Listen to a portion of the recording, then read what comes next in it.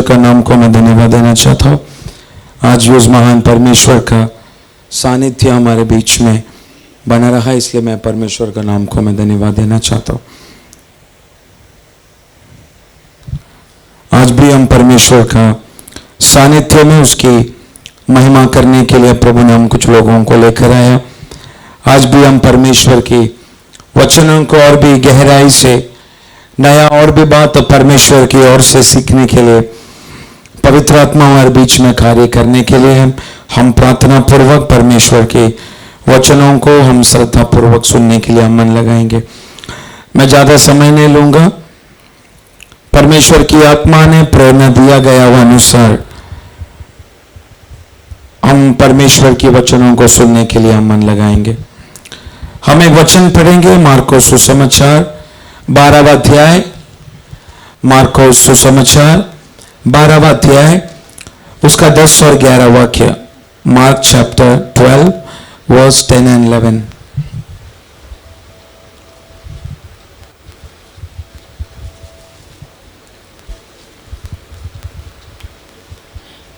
क्या तुमने पवित्र शास्त्र में ये वचन नहीं पढ़ा, जिस पत्थर को राजमिस्त्रियों ने निकम्मा ठहराया था वही कोने का सिर हो गया। यह प्रभु की ओर से हुआ और हमारी दृष्टि में अद्भुत है। फिर से पढ़ो। क्या तुमने पवित्र शास्त्र में ये वचन नहीं पढ़ा, जिस पत्थर को राजमिस्त्रियों ने निकम्मा ठहराया था वही कोने का सिरा हो गया। यह प्रभु की ओर से हुआ। ये किसकी ओर से हुआ? प्रभु की ओर से। Praise the Lord. आज एकदम आराम से हम परमेश्वर की वचन को हम सुनेंगे। ये हमने पढ़ा गया हो, ये वचन यीशु मसीह का द्वारा किया गया हुआ एक भविष्यवाणी है, जो परमेश्वर की श्रेष्ठ पुराने नियमों का दास लोगों ने यीशु मसीह का ऊपर किया गया हुआ एक भविष्यवाणी का एक वाक्य है। पर इस वाक्य को आज गहराई से हम समझने के लिए हम कोशिश करेंगे। ये राजमिस्त्री है कौन, उसके बाद पत्थर है कौन, किस रीति से कोना का पत्थर बना हमारे यीशु मसीह, उसका बारे में हम पढ़ने के लिए आज समझने के लिए हम मन लगाएंगे। Praise the Lord. ये पढ़ा गया हुआ ये वचन, हमने आज जो वचन पढ़ा, ये वचन को हम गहराई से हम पढ़ेगा तो परमेश्वर का दास मार्कोस पवित्र आत्मा की उस प्रेरणा के द्वारा कलीसिया को 2 संदेश देना चाहता है। Praise the Lord. ये संदेश एक मामूली बात नहीं, भले 2 वाक्य है तो जो 2 वाक्य अभी हमने पढ़वाया, ये 2 वाक्य एक 2 संदेश के रूप में अलग अलग रीति से हम उसको व्याख्यान कर सकते। पहला संदेश उसका 10वां वाक्य एक और बार पढ़े। क्या तुमने पवित्र शास्त्र में ये वचन नहीं पढ़ा, जिस पत्थर को राजमिस्त्रियों ने निकम्मा ठहराया। एक्चुअल में निकम्मा नहीं हम बोल सकते, ओरिजिनल भाषा में उधर रिजेक्टेड लिखा गया। रिजेक्टेड का अर्थ है त्यागा गया हुआ। निकम्मा बोला तो कुछ काम का नहीं, वो शब्द आता है, परंतु ओरिजिनल भाषा में हम पढ़ेगा तो उसमें लिखा गया है रिजेक्टेड। रिजेक्टेड बोलेगा तो त्यागा हुआ। आमीन। तो फर्स्ट संदेश परमेश्वर का दास मरकुस हमें देना चाहता है, राजमिस्त्रियों ने त्यागा गया हुआ उस पत्थर कहलाने वाला यीशु मसीह को यहोवा परमेश्वर ने कोने का मूल्य पत्थर के रूप में बदल डाला। आमीन। इसका व्याख्यान अगर आत्मा का द्वारा सभा के अंदर जब किया जाता है, यह भविष्यवाणी इधर बैठा गया हुआ एक एक व्यक्तियों के जीवन के द्वारा परमेश्वर बात करना चाहता है। आमीन। तो आप देखने का यीशु मसीह इस दुनिया में किसके द्वारा परमेश्वर अपने आप को लोगों के सामने दिखाना चाहते इस दुनिया में? साधारण सवाल पूछ रहा हूं, आप समझ रहे मैं क्या बोल रहा हूं? यही परमेश्वर इस दुनिया में यीशु मसीह को किसके द्वारा प्रकट करना चाहता है? बोलिए। देख कॉमन चीज नहीं, फिर क्या आप लोग अंडा डालने के लिए आए हैं क्या इधर? छोटा सा बात पूछा मैंने, बड़ी बात नहीं। इस दुनिया में यीशु परमेश्वर यीशु मसीह को किसका द्वारा प्रकट करना चाहता है? जोर से बोलना, मेरा द्वारा। हाँ, जोर से। हाँ, इस दुनिया में परमेश्वर यीशु मसीह को मेरे और आपका द्वारा दुनिया के सामने प्रकट करना चाहता है। आमीन। पर आप देखने का शायद लास्ट फ्राइडे मैंने एक प्रचार किया था, जब तक तू और मैं बिखरेगा नहीं तब तक परमेश्वर का उद्देश्य तेरे जीवन में पूरा होने के लिए मौका नहीं मिलेगा। किसको याद है पिछला शुक्रवार का फास्टिंग प्रेयर का जो प्रचार था मेरा? आप लोगों ने उस बातों को आपने कितना लोगों ने समझा मालूम नहीं। उसमें मैंने ऐसा प्रचार किया था, परमेश्वर ने एडी 70 में तीतुस के द्वारा पूरा यरूशलेम में आग डालकर, आग की अवस्था डालकर यरूशलेम मंदिर को तोड़ने के बाद पूरा विश्वासी लोगों का मध्य में, यहूदियों का मध्य में एक चित्र बितर की अवस्था एडी 70 से शुरू हो चुका था। आमीन। पर वो बिखरा गया हुआ अनेक लोगों को आग डाला गया हुआ अवस्था में यहोवा परमेश्वर का ही योजना के द्वारा पूरा दुनिया में तितर बितर किया गया। आमीन। तब तक पूरा यहूदी लोग, विश्वासी लोग केवल यरूशलेम में बैठकर उनको ऐसा लगा अभी हम सेटल्ड हो चुका है। आमीन। अभी हमारा सब कुछ अच्छा हो चुका है, ऐसा विश्वास करके यहूदी लोग चलने का कारण यहोवा परमेश्वर ने आग जैसे अवस्था यरूशलेम के अंदर डालकर वहां पर रहने वाले सारे विश्वासियों को दुनिया का कोने कोने में परमेश्वर ने चितर बितर किया। पर जिधर जिधर यहोवा परमेश्वर ने यहूदियों को, विश्वासियों को चितर बितर किया, उन हर जगह में चितर बितर किया गया वह विश्वासियों के द्वारा यहोवा परमेश्वर ने अपने कलीसिया को तैयार किया। आमीन। तो जब तक एक बिखरने वाली अवस्था इधर बैठने वाला व्यक्तियों का जीवन में जब तक होता नहीं, आप समझना नहीं परमेश्वर की आत्मा आपको बड़ी योजना के लिए उपयोग करेगा। उसके साथ कंपेयर किया गया वो वचन है, आज हमने पढ़ा गया वह वाक्य, ये यीशु मसीह के बारे में किया गया एक भविष्यवाणी है, तो भी इधर बैठने वाला हर एक व्यक्तियों का भविष्यवाणी है। हमने पढ़ा गया वह मार्कस सुसमाचार 12 अध्याय उसका 10 वाक्य। Praise the Lord. क्योंकि इस दुनिया में परमेश्वर यीशु मसीह को दिखाने के लिए, प्रकट करके देने के लिए, प्रकट करके देने के लिए यहोवा परमेश्वर ने इस दुनिया में चुना गया वह झुंड बोलेगा तो इधर बैठने वाले एक एक व्यक्ति लोग। Praise the Lord. अगर यहोवा परमेश्वर ने यीशु मसीह को लोगों को दिखाकर देने के लिए, प्रकट करके देने के लिए, मुलाकात करके देने के लिए यहोवा परमेश्वर ने अगर मुझे और आपको एक योजना के लिए अगर चुना है, तो समझ जाना सबसे पहला बात हमारे जीवन में होगा वो है रिजेक्शन, अर्थात त्यागा गया हुआ अवस्था। कितना लोग समझ रहे मैं क्या बोल रहा हूं? परमेश्वर आपके जीवन में कुछ श्रेष्ठ बुलाहट अगर रखा है, तो यहोवा परमेश्वर ने आपको बड़ी योजना के लिए आपके ऊपर एक भविष्यवाणी करके इस पृथ्वी पर आपको रखा है, तो उस भविष्यवाणी का, उस वाग्दत्तों का पूर्तिकरण पूरा होने से पहले आपको एक रिजेक्शन की काल में इधर बैठने वाले एक एक व्यक्तियों को गुजरना पड़ेगा।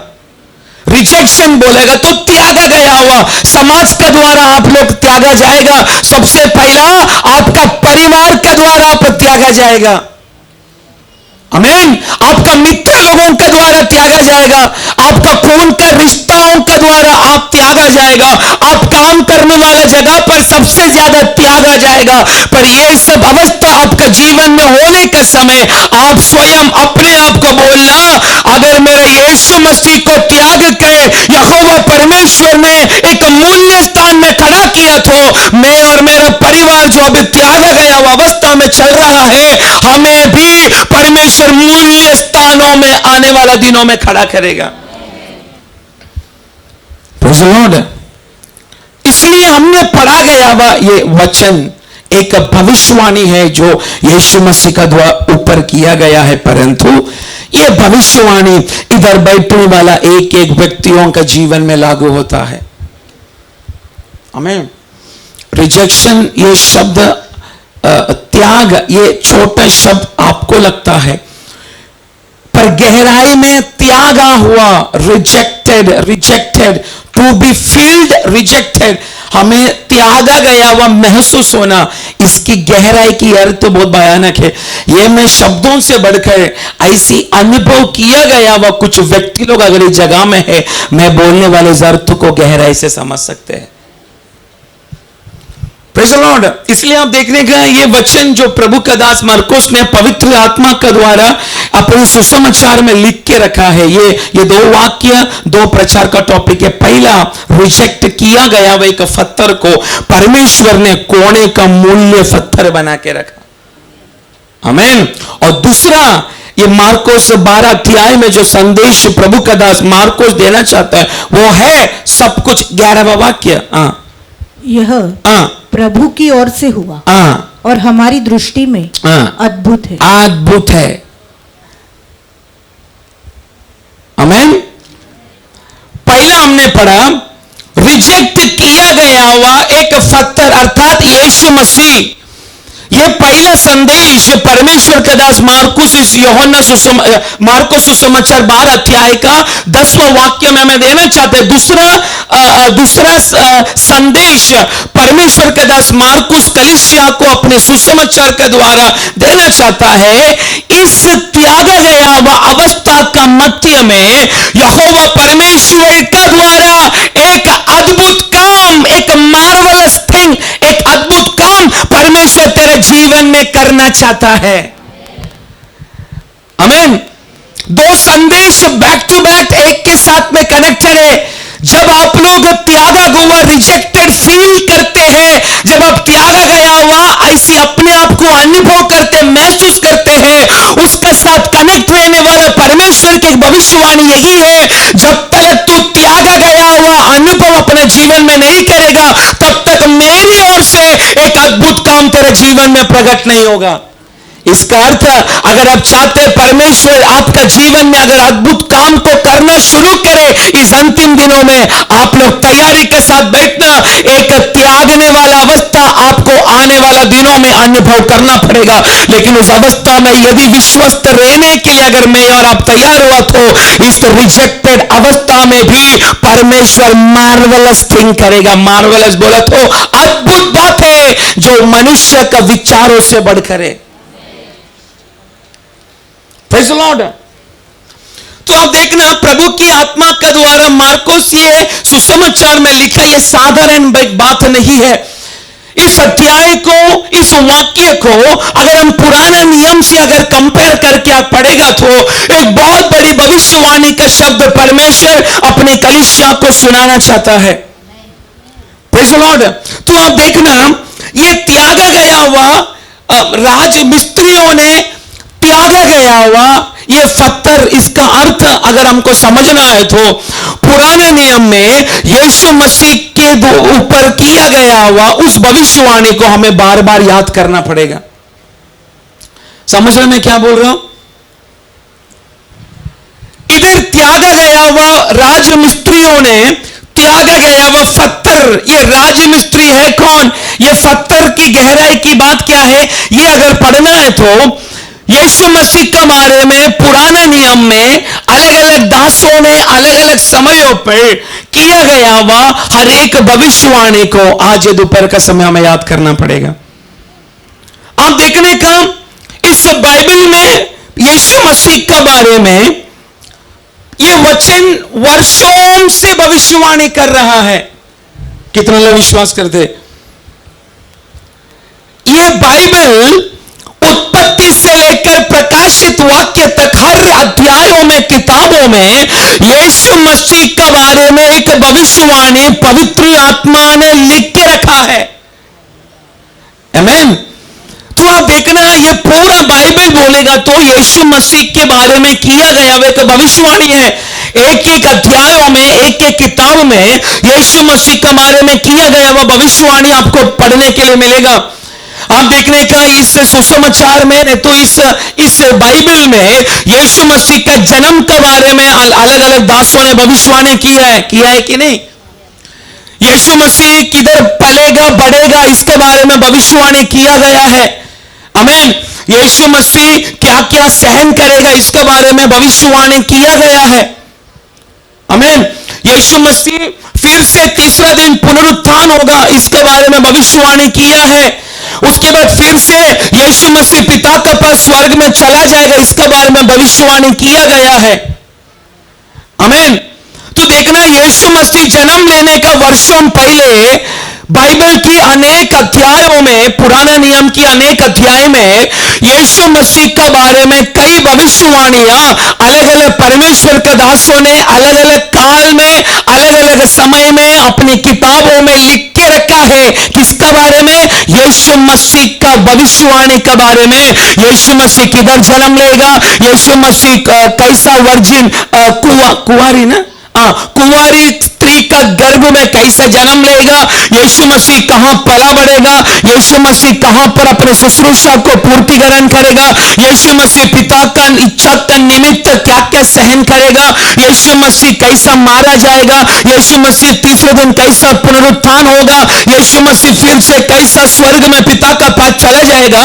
इसके बारे में अनेक परमेश्वर के दासों ने अपनी किताबों में यीशु मसीह के बारे में भविष्यवाणी किया है। पर आज मैं आपको बोलना चाहता हूं, उस सारा भविष्यवाणी को पूरा करने के लिए आज से 2025 वर्ष पहले यीशु मसीह अपनी सिंहासन को छोड़कर इस पृथ्वी पर उस भविष्यवाणी का निमित्त परमेश्वर की इच्छा को पूरा करने के लिए तेरे और मेरे जैसा पाप का मानव जाति को अपनाने के लिए उस भविष्यवाणी का पूर्तिकरण के लिए यीशु मसीह आज से 2025 वर्षों से पहले हमारे बीच में इस पृथ्वी पर यीशु मसीह जन्म लिया। ये कितना लोग विश्वास करते? आमीन। तो आप सोचो, यीशु मसीह जन्म लेने का वर्षों पहले अगर प्रभु का दासों के बारे में, दासों के द्वारा यीशु मसीह का विषय में अगर इस बाइबल की शुरुआत की अध्याय से अगर एक भविष्यवाणी लिखा गया है, तो आज दोपहर के समय इधर बैठने वाले व्यक्तियों को भी विश्वास करना पड़ेगा। मैं यीशु मसीह को जानने से पहले मेरे बारे में एक भविष्यवाणी, मेरा जीवन का चरित्र के बारे में सब कुछ मेरा यहोवा परमेश्वर ने लिख के रखा है। उसका एक पूर्तिकरण है। आज दोपहर को यह प्रार्थना भवन के अंदर आके मैं बैठ चुका है। Praise the Lord. कभी कभी परमेश्वर का दास लोग आत्मा का द्वारा प्रचार करने का समय आपको ऐसा लगता नहीं क्या परमेश्वर की आत्मा मुझसे बात कर रहा है करके? आमीन। मैं बोल रहा हूं कभी कभी परमेश्वर हमारा मुंह से कुछ शब्दों को निकलता है, कभी कभी हमको भी लगता है हमारा मुंह से निकलने वाला शब्दों को कोई तालमेल नहीं है करके। ऐसे कितनी अनुभव मुझे हुआ है। मैं प्रचार करने का समय, लोगों के लिए प्रार्थना करने का समय, आराधना लीड करने का समय, कभी कभी मुंह से ऐसी ऐसी शब्द निकलता है, उस शब्दों का कोई तालमेल नहीं होता, पर क्यों ऐसा बोला करके बाद में व्यक्तियों का गवाही का द्वारा पता चलता है। Praise the Lord.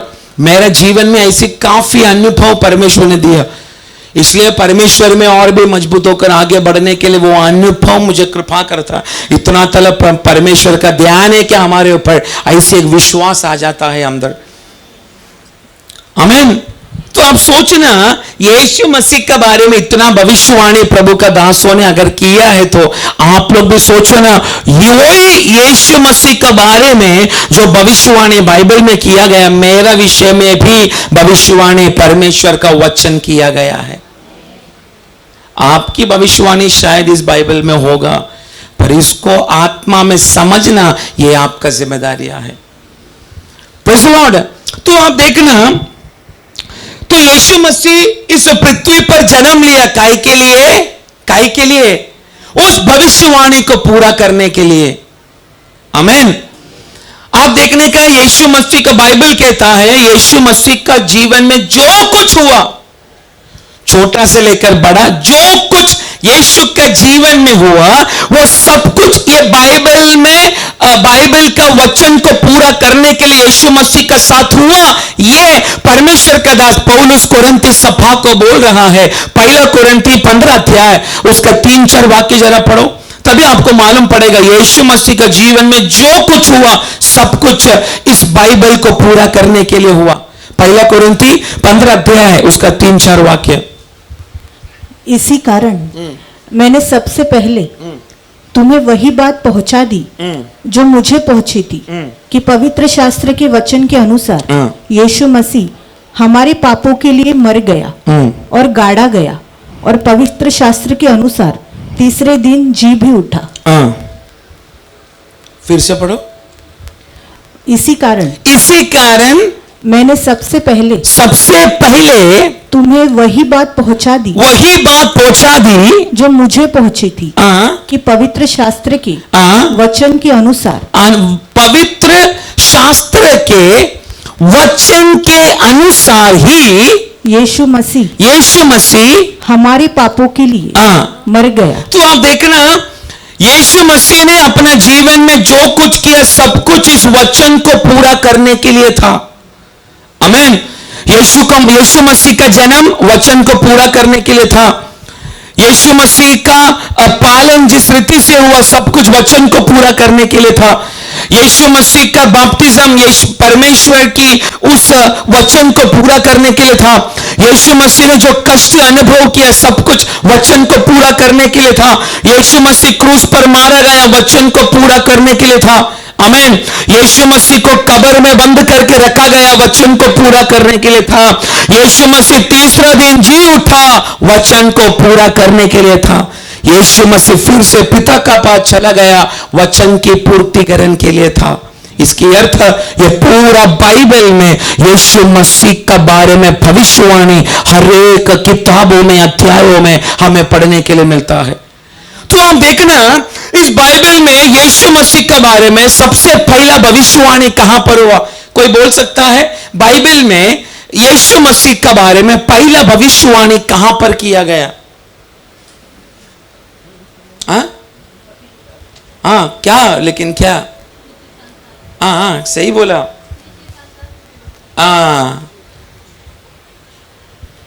उत्पत्ति में यीशु मसीह के बारे में हमने यीशु मसीह को देखा कौन सा नियम में? नया नियम में। लेकिन आप देखना पुराना नियम में यीशु मसीह हर अध्यायों में हर किताब में यीशु मसीह का सानिध्य हमको देखने के लिए मिलेगा। इसलिए यीशु मसीह के बारे में सबसे पहला भविष्यवाणी उत्पत्ति 3 अध्याय उसका 15वां वाक्य में लिखा है। जरा पढ़ो, कुछ बातों को प्रूफ करने के लिए पढ़वाना पड़ता है। उत्पत्ति 3 अध्याय उसका 15वां वाक्य। और मैं तेरे और इस स्त्री के बीच में और तेरे वंश और इसके वंश के बीच में बैर उत्पन्न करूंगा। वो तेरे सिर को कुचल डालेगा और तू उसकी एड़ी। तो आप देखना उत्पत्ति 3 का 15वां वाक्य में यीशु मसीह के बारे में सबसे पहले किया गया भविष्यवाणी ऐसा है, स्त्री का संतान आमीन सर्प का सिर को क्या करेगा? कुचल देगा। Praise the Lord. तो आप देखने का ये स्त्री का संतान बोलेगा तो अभी तक एक पुरुष ने हाथ ना लगा गया वो स्त्री का संतान का द्वारा सर्प का सिर को कुचला जाएगा। इसकी अर्थ टोटली एक वर्जिन वुमेन कुंवारी स्त्री उसका गर्भ में एक बच्चा जन्म लेगा। ये किसके बारे में बोला गया है? मरिया के बारे में बोला गया है। आमीन। तो आप देखना यीशु मसीह मरिया का गर्भ में कैसा रीति से जन्म लिया। बाइबल कहता है परमेश्वर का वचन जड़धारी हुआ। ऐसे ही हुआ ना? आमीन। कौन सा वचन?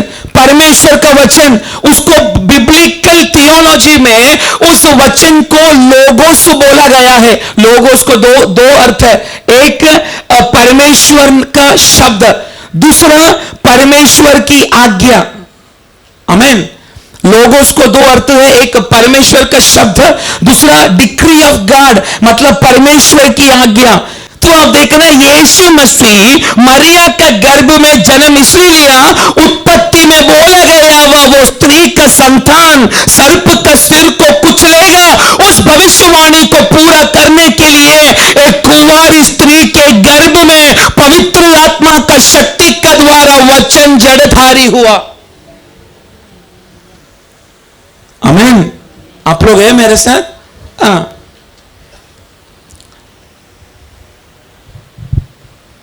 तो आप देखना वो वचन बोलेगा तो स्वयं परमेश्वर था। आप देखने के इस बाइबल का शुरुआत की नियमों में यीशु मसीह ने इस पृथ्वी पर अपना लोगों को सुधारने के लिए अलग अलग कालों में परमेश्वर ने राजा लोगों को खड़ा किया। आमीन। लीडर लोगों को खड़ा किया, भविष्यवक्ताओं को खड़ा किया कि नहीं? न्यायी लोगों को खड़ा किया, याजक लोगों को परमेश्वर ने खड़ा किया।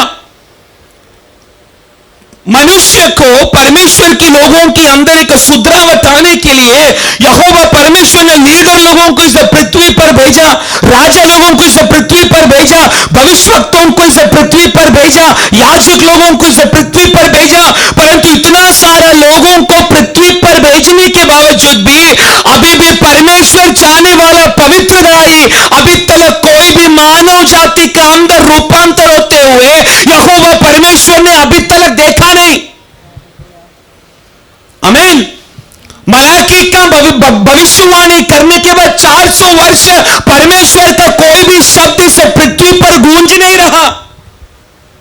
आमीन। उसके बाद पुराना नियम का सबसे पहला भविष्यवक्ता के रूप में यहोवा परमेश्वर ने यूहन्ना बपतिस्मा को इस पृथ्वी पर भेजा, पर उसके बाद स्वयं यीशु मसीह इस पृथ्वी पर जन्म लिया ताकि उसका लहू के द्वारा एक एक मानव जाति पाप की बंधन से हमेशा के लिए छुड़ाया जाए। Praise the Lord.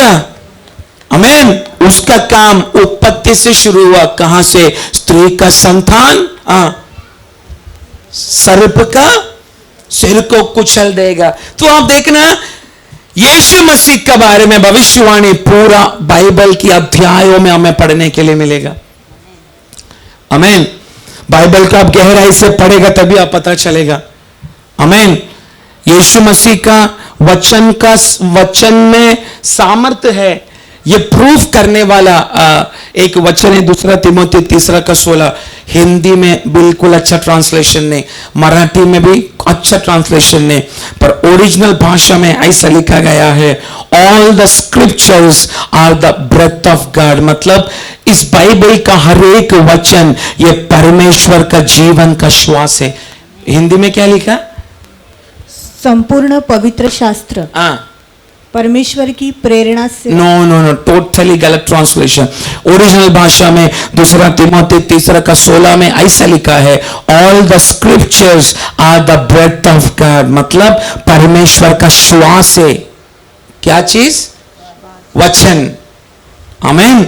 और वो वचन में क्या है? जीवन। यही जीवन आज हमारे अंदर काम कर रहा है। तो हम देखना बाइबल में अनेक जगहों में हर अध्याय में यीशु मसीह के बारे में लिखा गया है। उत्पत्ति में स्त्री का संतान के रूप में यीशु मसीह को दिखाया गया है। एक्सोडस में, निर्गमन में पास ओवर लैंप मेमना, पेसहा का मेमना के रूप में यीशु मसीह को दिखाया गया है। लेविया किताब में यीशु मसीह को महायाजक के रूप में दिखाया गया है। गिनती किताब में यीशु मसीह एक मेघ का समान और एक अग्नि स्तंभ का समान यीशु मसीह को दिखाया गया है। ड्यूटरोनॉमी व्यवस्था विवरण में यीशु मसीह को मूसा जैसे एक भविष्यवक्त दिखाया गया है। जोशुआ का किताब में यीशु मसीह को उद्धार का कमांडर अर्थात द कैप्टन ऑफ सैल्वेशन ऐसा यीशु मसीह को दिखाया गया है। न्याय का किताब में यीशु मसीह को अच्छाई का न्यायी और क्या बोलते हैं नियम को लॉ गिवर, नियम देने वाला ऐसा बताया गया है। रूत का किताब में छुड़ाने वाला राजा का रूप में दिखाया गया है। पहला शमूएल, दूसरा शमूएल यीशु मसीह को विश्वास करने वाला एक भविष्यवक्ता का रूप में दिखाया गया है। राजाओं का किताब में और चरित्र का किताब में यीशु मसीह को एक राजा का रूप में दिखाया गया है। एसरा का किताब में यीशु मसीह को टूटा गया हुआ दीवार को बनाने वाला दिखाया गया है। एस्तर का किताब में यीशु मसीह को मोर्दकाई के रूप में दिखाया गया है। इयोब का किताब में भी यीशु मसीह को एक जीवन का छुड़ाने वाला दिखाया गया है। भजन संगीता में यीशु मसीह को अच्छा चरवाहा का रूप में दिखाया गया है। उसके बाद प्रोवर्ब्स और सपोपदेश यीशु मसीह को बुद्धि का रूप में दिखाया गया है। सुलेमान का सॉन्ग्स ऑफ सॉन्ग, इसमें यीशु मसीह को एक दुल्हा का रूप में दिखाया गया है। यशायाह का किताब में यीशु मसीह को शांति का राजकुमार और अनुभव करने वाला एक मेमना का रूप में यीशु मसीह को दिखाया गया है। ऐसी अनेक पुराना नियम की हर एक किताब में बोलने के लिए सब कुछ है। मेरे पास इसका रेफरेंस है। अगर प्रचार होने के बाद किसको हर अध्याय में यीशु मसीह को किस रूप में बताया गया, अगर आपको समझना है, आप लोग मेरे से इस रेफरेंस को ले सकते हैं। फिर आप नया नियम में आने के समय मत्ती यीशु मसीह को यहूदी का राजा के रूप में दिखाता है। मार्कोस यीशु मसीह को एक नौकर के रूप में, सर्वेंट के रूप में दिखाता है। लूक यीशु मसीह को परमेश्वर का पुत्र के रूप में दिखाता है। यूहन्ना भी यीशु मसीह को परमेश्वर का पुत्र के रूप में दिखाता है। लूक यीशु मसीह को एक मनुष्य के रूप में दिखाता है। प्रेरित की पत्रिका में यीशु मसीह को दुनिया का छुड़ाने वाला एक रक्षक का रूप में दिखाता है। उसके बाद रोमी का किताब में यीशु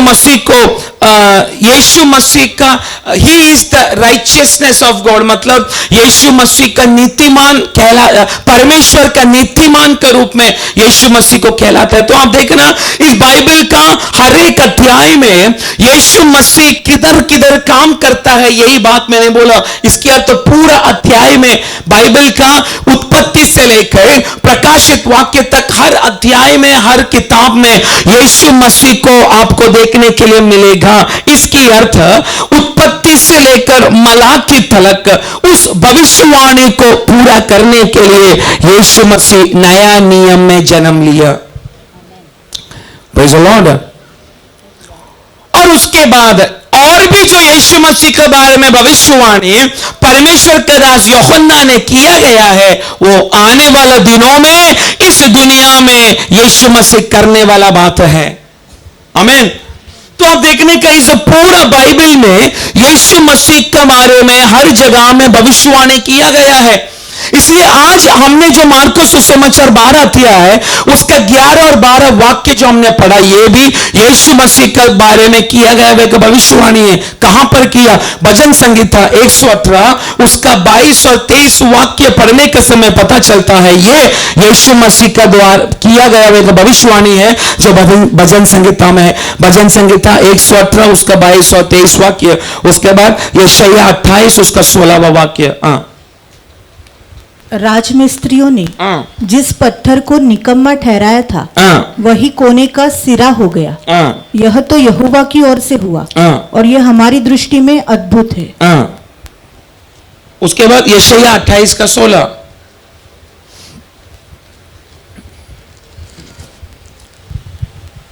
इसलिए प्रभु यहोवा कहता है, देखो मैंने सियोन में नींव का एक पत्थर रखा है, एक परखा हुआ पत्थर, कोने का अनमोल और अति दृढ़, नींव के योग्य पत्थर, और जो कोई विश्वास रखे वो उतावली न करेगा।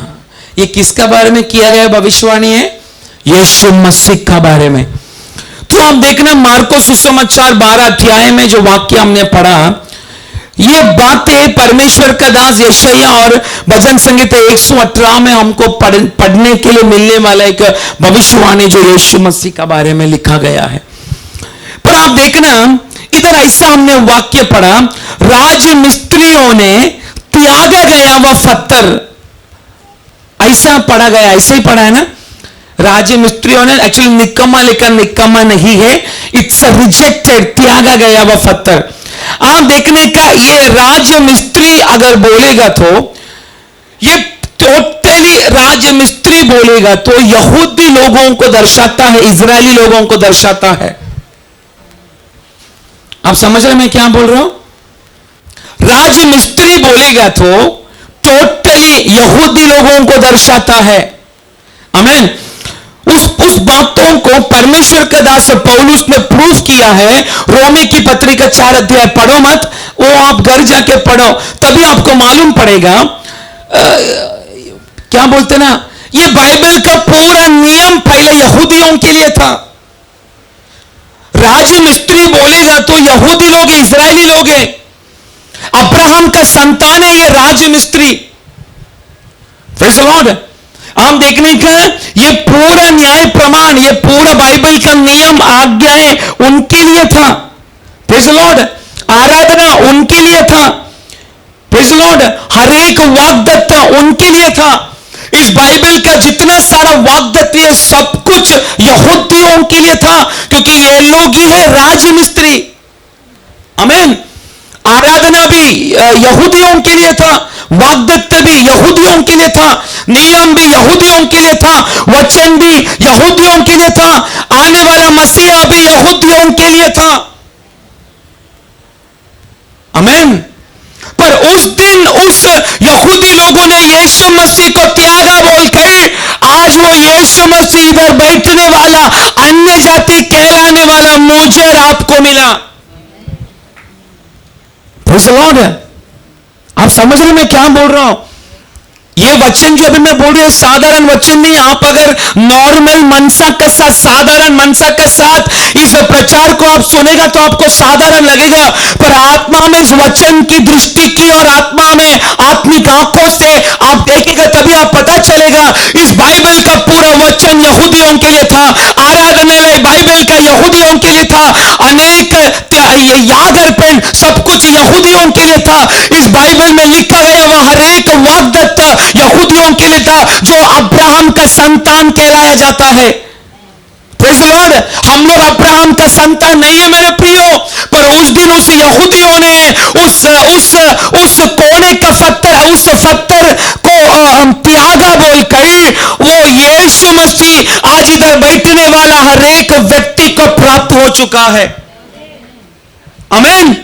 यहूदी लोग अब्राहम का संतान कहलाया जाता है, पर उस दिन अब्राहम का संतान कहलाने वाला यहूदी लोगों ने यीशु मसीह को उस दिन त्यागा बोलकर अन्य जाति रहने वाला मैं और आप आज अब्राहम का संतान नहीं। मैं और आप गर्व से बोल सकते हैं मैं परमेश्वर यीशु मसीह का संतान है। मैं प्रेज़ द लॉर्ड। बाइबल का जितना भी नियम है सब कुछ यहूदियों के लिए था। ये पूरा बाइबल का सब कुछ यहूदियों के लिए था, हमारे लिए कुछ नहीं था। परंतु उस दिन सारा यहूदी लोगों ने उस परमेश्वर का पुत्र कहलाने वाला, उस पत्थर कहलाने वाला यीशु मसीह को उस दिन त्यागा बोलकर इधर बैठने वाला मुझे और आपको वो यीशु मसीह प्राप्त हुआ। और केवल ऐसे नहीं प्राप्त हुआ, उसका संतान कहलाने के लिए हमको एक अधिकार मिला। इसलिए हम बोल सकते हैं मैं अब्राहम का नहीं, मैं स्वयं यीशु मसीह परमेश्वर का संतान है। मैं प्रेज़ द लॉर्ड। तो आप देख रहे हैं इस संतानों को इस अंतिम दिनों में इस दुनिया में पवित्रताई से चलने के लिए शैतान कदापि नहीं देगा। आमीन। परमेश्वर की संतानों को कदापि इस व्यवस्था के अनुसार जीने के लिए शैतान नहीं देगा। Praise the Lord. हम जब पवित्रता से चलने के लिए एक वाचा परमेश्वर के सानिध्य में हम जिस समय बांधा, उसका दूसरा क्षण पाप में गिरने वाला बातें हमारे जीवन में आ जाता है। हाँ कि नहीं? तो आप देखना कि इस बाइबल में जितना भी भविष्यवाणी यीशु मसीह के लिए किया गया है, आज विश्वास कर वो सारा भविष्यवाणी यीशु मसीह के लिए अर्थात तेरे लिए भी किया गया है, क्योंकि ये यीशु मसीह तेरा जीवन के द्वारा दुनिया को प्रकट होने वाला है। Praise the Lord. तो आप देखने का ये बाइबल हम पढ़ने के समय हमें पता चलता है यीशु मसीह एक काल में व्यक्तियों के द्वारा त्यागा गया।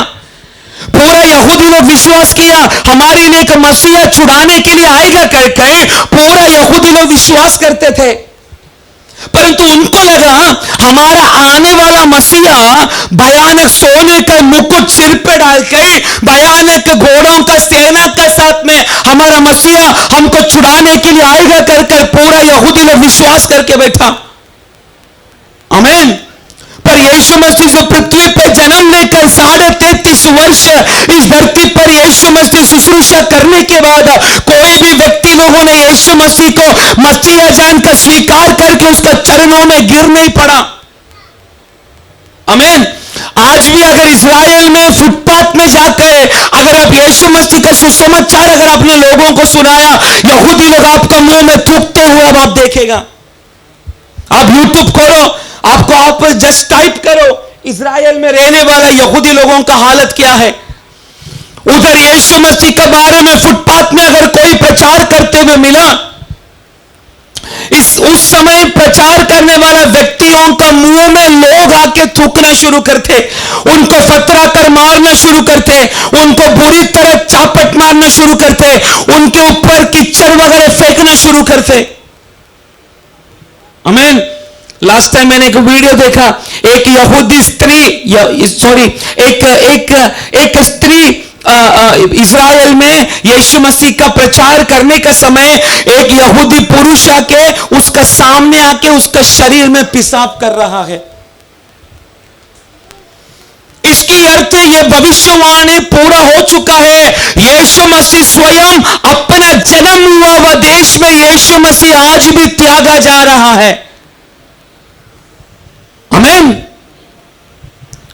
पर परमेश्वर कहता है इस त्यागा गया वह पत्थर को मैंने कोने का मूल्यवान पत्थर बना दिया। आमीन। यहूदी लोगों ने तो यीशु मसीह को त्यागा, पर वो त्यागा गया वह यीशु मसीह को ले चलने के लिए हम जैसे अन्य जातियों को यहोवा परमेश्वर ने चुना। इसलिए हम गर्व से बोल सकते हैं यहूदी अब्राहम का संतान, पर हम विश्वासी परमेश्वर का संतान। इसका डिफरेंस जिस दिन विश्वासी लोगों का अपना हृदय में जब आ जाएगा, आपका क्रिस्तीय जीवन का चलने का तरीका बदल जाएगा। तो मैं ये आपको मैं आज बताना चाहता हूं, परमेश्वर एक बड़ी योजना आपका जीवन में पूरा करने से पहले इधर बैठने वाला हर एक व्यक्ति को एक त्यागा गया हुआ अवस्था में गुजरना पड़ेगा। यीशु मसीह के बारे में पुराना नियम का अनेक अध्यायों ने यीशु मसीह के बारे में भविष्यवाणी किया गया है। यीशु मसीह स्वयं अपना लोगों के द्वारा ही त्यागा जाएगा। Praise the Lord. बाइबल में बहुत सारा वचन यीशु मसीह त्यागा जाने के बारे में हमको पढ़ने के लिए मिलता है, बहुत सारा वचन। पर उस यीशु मसीह को विश्वास करके मैं और आप चलने के समय में यही त्यागा गया अवस्था इधर बैठने वाला हर एक व्यक्तियों का जीवन में होगा। Praise the Lord. आज मैं आत्मा में एक घोषणा में करता हूं, जितना लोग अपने जीवन में एक रिजेक्शन को अनुभव कर रहा है, जितना लोग अपने जीवन में एक रिजेक्शन को अनुभव कर रहा है, आने वाले दिनों में उस रिजेक्शन को मेरा परमेश्वर सिलेक्शन का रूप में बदलने जा रहा है। कितना लोगों को इस शब्द का अर्थ समझ में है मुझे नहीं मालूम। जितना लोग इन दिनों में परमेश्वर का नाम का निमित्त रिजेक्शन फील कर रहा है, उन लोगों को यहोवा परमेश्वर उसका राज्य में सिलेक्शन करके उपयोग करने जा रहा है। आमीन। जिस दिन तू और मैं परमेश्वर का नाम का निमित्त त्यागा गया हुआ अनुभव करेगा, उसी दिन से परमेश्वर का चुना गया हुआ अनुभव तेरा जीवन में यहोवा परमेश्वर प्रकट करना शुरू करेगा। आमीन। नाम का द्वारा तू त्यागा गया है, धर्म का द्वारा त्यागा गया है, कास्ट का द्वारा त्यागा, क्या बोले कास्ट जाति का पात का द्वारा तू और मैं त्यागा गया हुआ है। आमीन। चेहरा का रंग के द्वारा हम त्यागा गया हुआ है, भाषा का द्वारा भाषा का कारण हम त्यागा गया है, मूर्ति का कारण हम त्यागा गया हुआ है। आमीन। हमारे परिवार में यीशु मसीह का कारण हम त्यागा गया है। हमारे समाज में यीशु मसीह के द्वारा कारण हम त्यागा गया हुआ है। हमारे परिवार में यीशु मसीह का कारण हम त्यागा गया हुआ है। ये सब त्यागा गया हुआ अनुभव तो जिस दिन अनुभव करना शुरू करेगा, उस दिन घुटना प्रभु का चरणों में टेक कर उस समय परमेश्वर चुना गया हुआ उस चुनाहट को तेरा और मेरा जीवन में परमेश्वर पूरा करेगा। If there is a rejection, God will prepare a selection for you. अगर एक रिजेक्शन आपका जीवन में है तो परमेश्वर की ओर से सेलेक्ट करने वाला, चुनने वाला एक बात इधर बैठने वाला एक एक व्यक्तियों का जीवन में प्रकट होगा। Praise the Lord। जैसे मार्कोस ने बोला, यह सब कुछ परमेश्वर के द्वारा अद्भुत रीति से किया गया है। उस अद्भुत शब्द को एक भविष्यवाणी के रूप में परमेश्वर की आत्मा मेरे और आपका जीवन में पूरा करना शुरू करेगा। आमीन। इस अंतिम दिनों में आप दुनिया न्यूज अगर आप खोल कर देखिएगा, जात पात भाषा धर्म के बारे में अनेक व्लॉग त्यागा गया हुआ अवस्था में चल रहा है। आमीन। हमारा भारत देश एक रिजेक्टेड बातों में सबसे ज्यादा ध्यान दे रहा है। धर्म का नाम पर, कास्ट का नाम पर, भाषा का नाम पर, कलर का नाम पर, ऊंचा नीचा का नाम पर, गरीब और पैसा वाला का नाम पर, ये भारत देश में रिजेक्शन बहुत ही, उससे ज्यादा विश्वासी लोग भी कहीं ना कहीं अलग अलग एरिया में परमेश्वर का नाम का निमित्त वे लोग भी क्या अनुभव कर रहे, रिजेक्शन को अनुभव कर रहे। आमीन। पर मैं आपको बोलना चाहता हूं, जिधर भी आप परमेश्वर का नाम का निमित्त त्यागा गया हुआ आप अनुभव कर रहे, इसकी अर्थ यहोवा परमेश्वर की ओर से एक चुनने वाला बात भी आपका जीवन में स्टार्ट होना शुरू होगा। आप देखने का ये परमेश्वर का सिस्टम, प्रभु का सिस्टम का एक भाग है। जहां पर त्याग प्रकट होता है वहां पर सिलेक्शन एक्टिवेट होता है। अब मेरे को उसको हिंदी में उसका अर्थ सही से बोलने नहीं आ रहा मुझे। परमेश्वर का राज्य का सिस्टम में, सिस्टम को क्या बोलेंगे हिंदी में?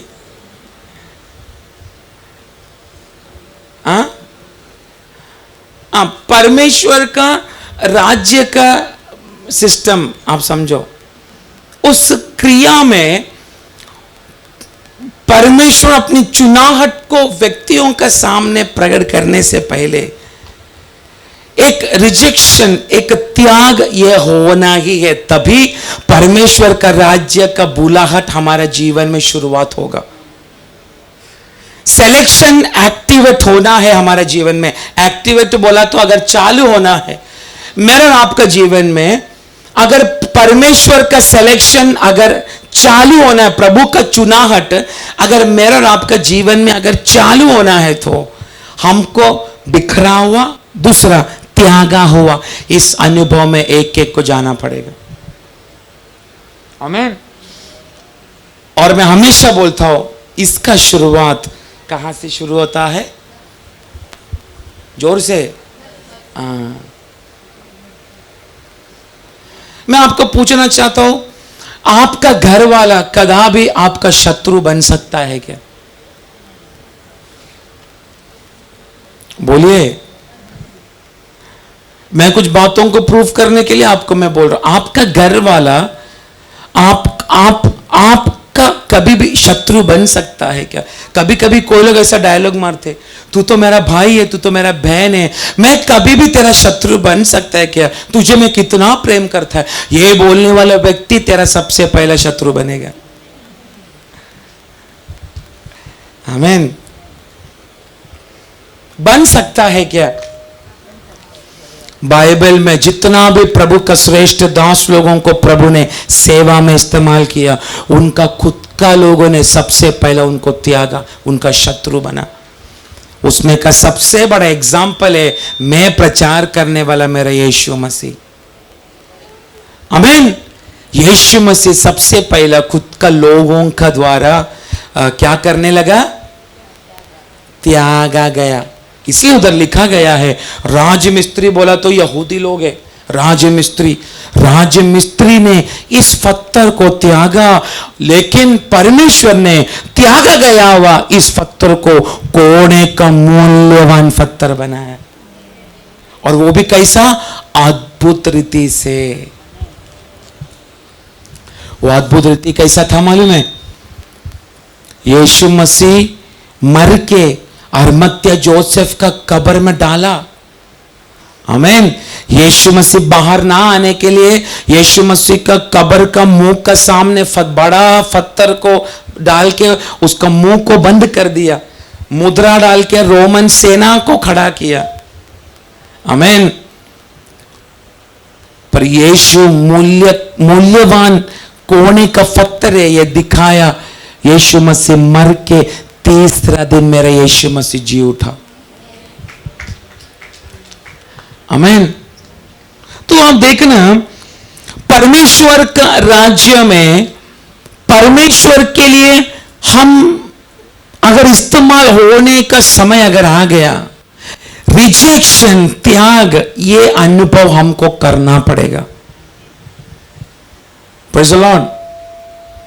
कभी लास्ट टाइम में ये ऐसी एक बात मैं का प्रचार में तलोजा मंडली में मैं प्रचार कर रहा था, आज से तेरा परिवार का लोग तेरा खिलाफ खड़ा होगा, परंतु सावधान रहे, ऐसा मैं आत्मा में बोलने लगा। तो प्रार्थना खत्म होने के बाद दूसरे एक व्यक्ति को, ये सुना हुआ व्यक्ति बोला, ये पास्टर है ना, हमेशा हमारा परिवार में झगड़ा लगाने वाला प्रचारी करता है।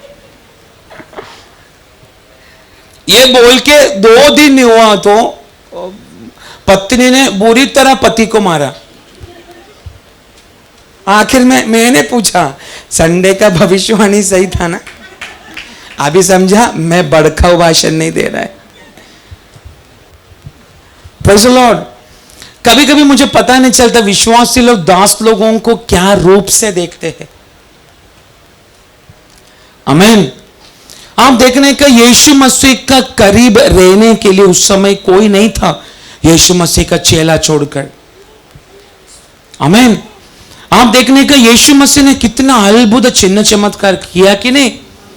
मैं बोल रहा हूं, यीशु मसीह का प्रचार सुनने के लिए 4-5 हजार भीड़ आता था, उसमें से आधा भीड़ का मन में चिंता यही है, आज इधर आके बैठेगा तो हमारा भूख क्या हो जाएगा। मैं बोल रहा हूं, यीशु मसीह का सारा चेले लोग भी परफेक्ट नहीं था। परफेक्ट था क्या? एक एक लोगों का चरित्र पढ़ो चेलों का। अंद्रियुस का नजर आने वाला लोगों का खाने का प्लेट में है। आमीन। पतरस का नजर किधर और है। ऐसा चेले लोग कोई भी परफेक्शन में नहीं था। यीशु मसीह पकड़ा जाने के बाद से सचमुच यीशु मसीह अपने चेलों के द्वारा त्यागा गया कि नहीं? बोलिए। सारा चेले लोग हम यीशु को नहीं जानते ये बोलकर घूमने के लिए सबसे ज्यादा मन लगाया। आमीन। डर का कारण परमेश्वर यीशु मसीह का चेले लोगों ने भी यीशु मसीह को रिजेक्ट कर दिया। आमीन। पर मेरे यीशु मसीह रिजेक्ट किया गया हुआ अपना चेलों को कदापि छोड़ा नहीं, उनको फिर से अपनाने के लिए पुनरुत्थान होने के बाद सबसे पहले यीशु चला गया। इसलिए मैं बोला, यीशु मसीह का राज्य का सिस्टम ही ऐसा चलता है। आमीन। जहां पर आपका योजना, आपका विषय में प्रभु का बुलाहट अगर शुरू होना है तो आप सबसे पहले बिखरना चाहिए। यह प्रभु का राज्य का पहला नियम है, आप बिखरना चाहिए। आमीन। आप त्यागा गया हुआ जाना चाहिए, और उसका शुरुआत हमारा परिवार से शुरू होता है, हमारा खुद का लोगों से शुरू होता है। आमीन। इस अंतिम दिनों में शैतान बाहर से आपके ऊपर शत्रु बनकर अटैक करने के लिए नहीं कोशिश करेगा। समझ रहे मैं क्या बोल रहा हूं?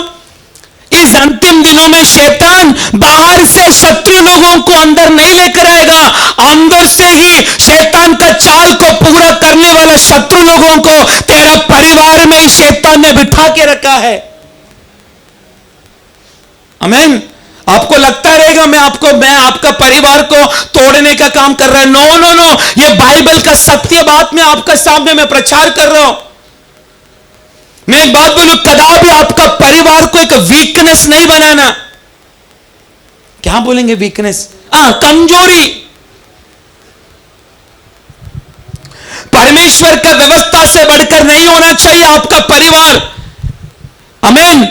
परमेश्वर का राज्य से बढ़कर नहीं होना चाहिए आपका रिश्तेदार, क्योंकि शैतान इस अंतिम दिनों में आपका परिवार कोई वीकनेस बनाकर परमेश्वर का राज्य से आपको चतुराई से बाहर निकालने के लिए कोशिश करेगा।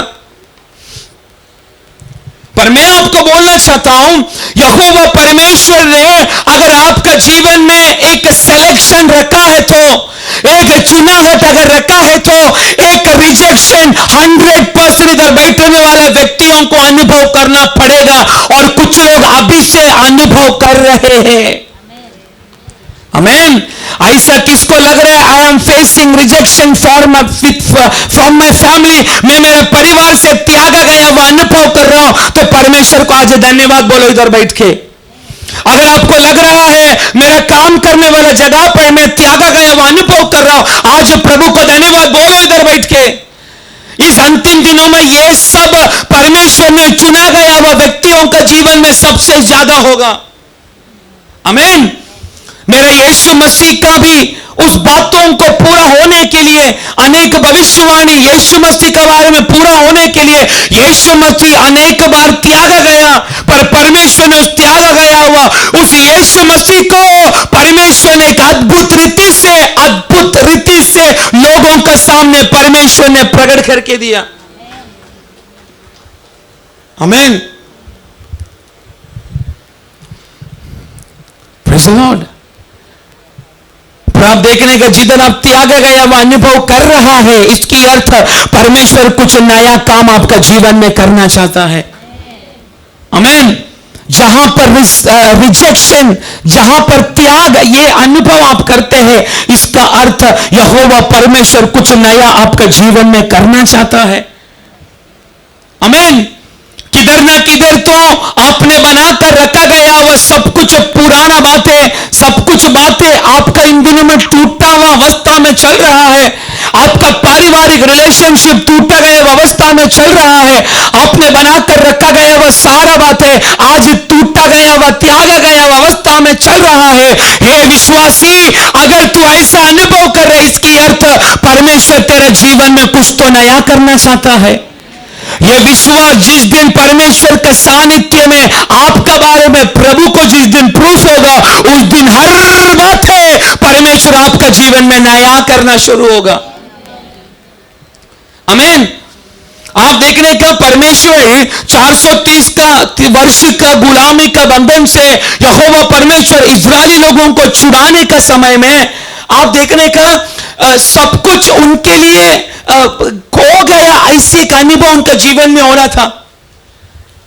आमीन।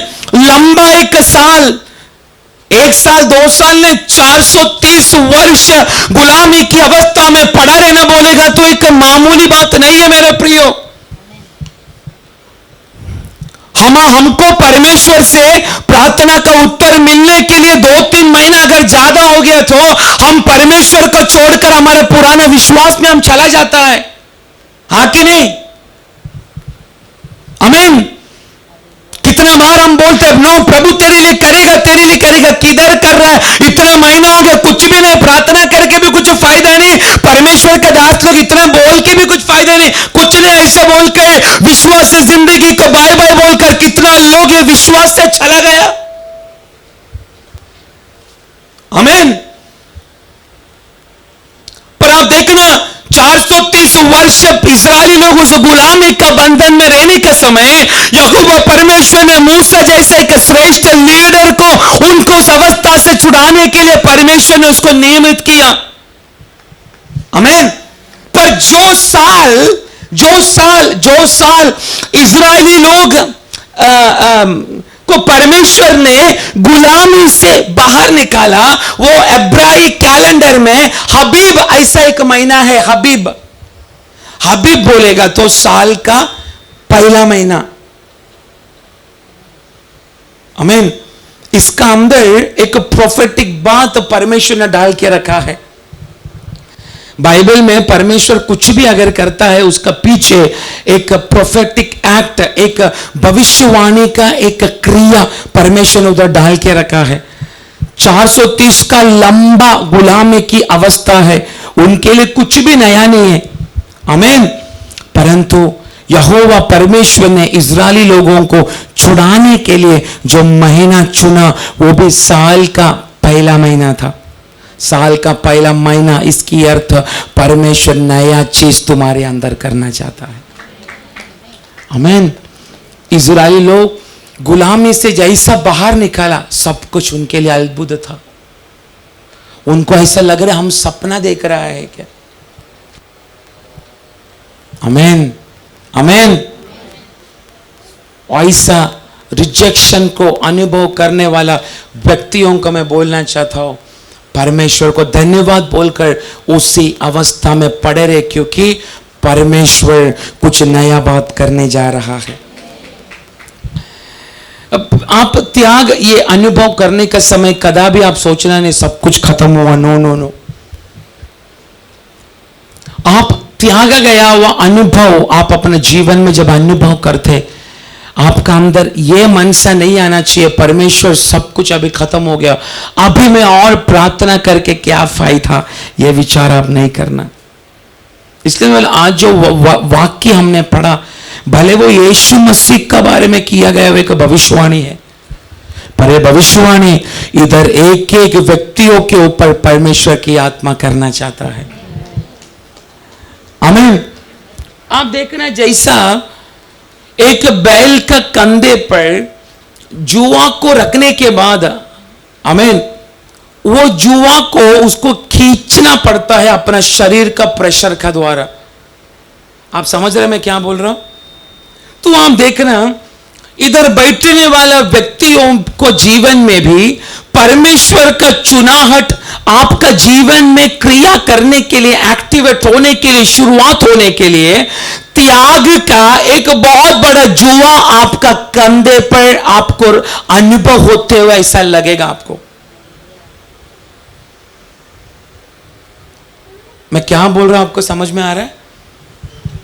परमेश्वर की योजना आपका जीवन में पूरा होने का जब समय आ जाता है, त्यागा गया हुआ एक जुआ आपको ऐसा लगता मेरा कंधे पर, मेरा शरीर में आ चुका है।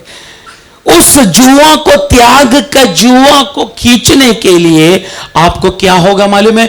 बहुत परेशानी और कठिनाई का द्वारा आपको अनुभव करना पड़ेगा। आमीन। मैं क्या बोला आपको समझ में आया? एक त्याग का जुआ आपका कंधे में इन दिनों में अनुभव होते हुए आप देखेगा, अनुभव करेगा। त्याग का एक बहुत बड़ा बोझ आपको मालूम है, एक व्यक्ति को मजबूत रीति से कंट्रोल करने वाला उसका इमोशन है। इमोशन, भावना ना, भावना। तो आप देखो, अगर आप इमोशनल टोटली अगर आप भावुक हो चुके, कमजोर हो चुके, मैं आपको पूछना चाहता हूं परमेश्वर का सेवा आपका द्वारा पूरा होगा क्या? जब आपका मन का भावना टोटल कमजोर हो चुका है, आप परमेश्वर की उस योजना को आप पूरा कर पाएगा? वो छोड़ो, कॉमन बात, आपका इमोशन अगर सही नहीं है, आप घर में प्रार्थना कर पाएगा? बोलिए। कल एक जगह में मैं विजिटिंग के लिए गया, उस बहन को मैं एक ही बात बोला, कितना भी आप त्यागा गया व बिखरा गया व अगर अनुभव कर रहे तो उतना अपना मन को मजबूत बना के परमेश्वर का चरणों में पड़े रहना। उसके बाद देखना इस विषय पर एक जय आपको पक्का है। कल वो बहन को मैंने वही समझाया, मैं विश्वास करता हूं उस बहन को प्रभु उस बातों से बाहर आने के लिए शक्ति दे चुका है। पर आप देख रहे त्याग एक मनुष्य के जीवन में एक जुआ का रूप में हमेशा पड़ा रहता है। आमीन। रिजेक्शन आप जब अपने जीवन में अनुभव करते हैं, परिवार का द्वारा, पति का द्वारा, पत्नी का द्वारा, बच्चों का द्वारा, रिश्तेदार का द्वारा, पास्टर का द्वारा, कलीसिया का द्वारा, जब आप रिजेक्शन को जब अनुभव करते हैं, एक बोझ का रूप में आपका जीवन में वो क्रिया करता है कि नहीं? बोलिए। जैसा एक स्वामी अपने बैल का कंधे पर जुआ डालकर उसको उस बोलते ना उस ग्राउंड में उस खेती में जैसा उसको दुड़वाता है, वैसा ही इस अंतिम दिनों में रिजरेक्शन का ये जुआ, त्याग का जुआ किसका शरीर में जीवन में एक बोझ का रूप में पड़ा है। पर आज मैं आत्मा में भविष्यवाणी करना चाहता हूं, तूने पाया गया वो अभिषेक का सामर्थ्य सारा जुआओं को, त्याग का जुआओं को आज से तोड़ना शुरू करेगा। आमीन। तूने पाया गया वो अभिषेक वो जुआ को तोड़ पाएगा। मेरा यीशु मसीह ने 33.5 वर्ष त्याग के अलावा अपने जीवन में कुछ भी अनुभव नहीं किया। आमीन। स्वयं पिता ने भी यीशु मसीह को गेत्सेमने की वाटिका में त्याग डाला।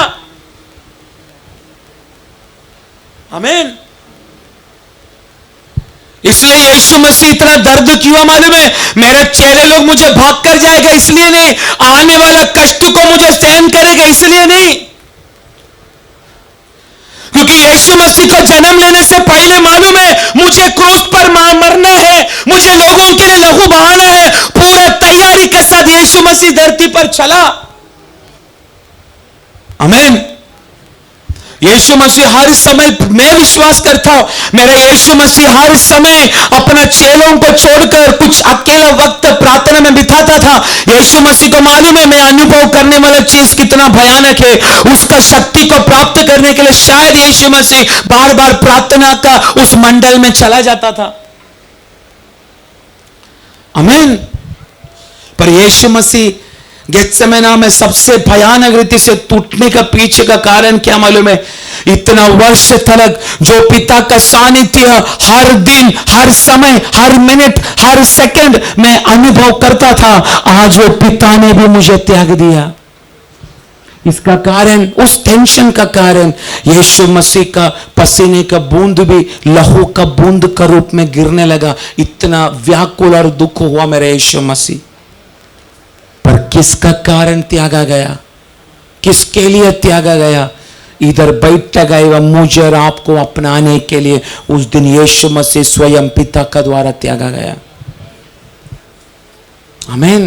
तो आप देखने का ये रिजेक्शन व्यक्तियों का जीवन में एक जुआ बनकर, योग इंग्लिश में योग को बोला जाता है, जुआ बनकर हमेशा हमारे जीवन में बोझ बनकर पड़ा रहता है।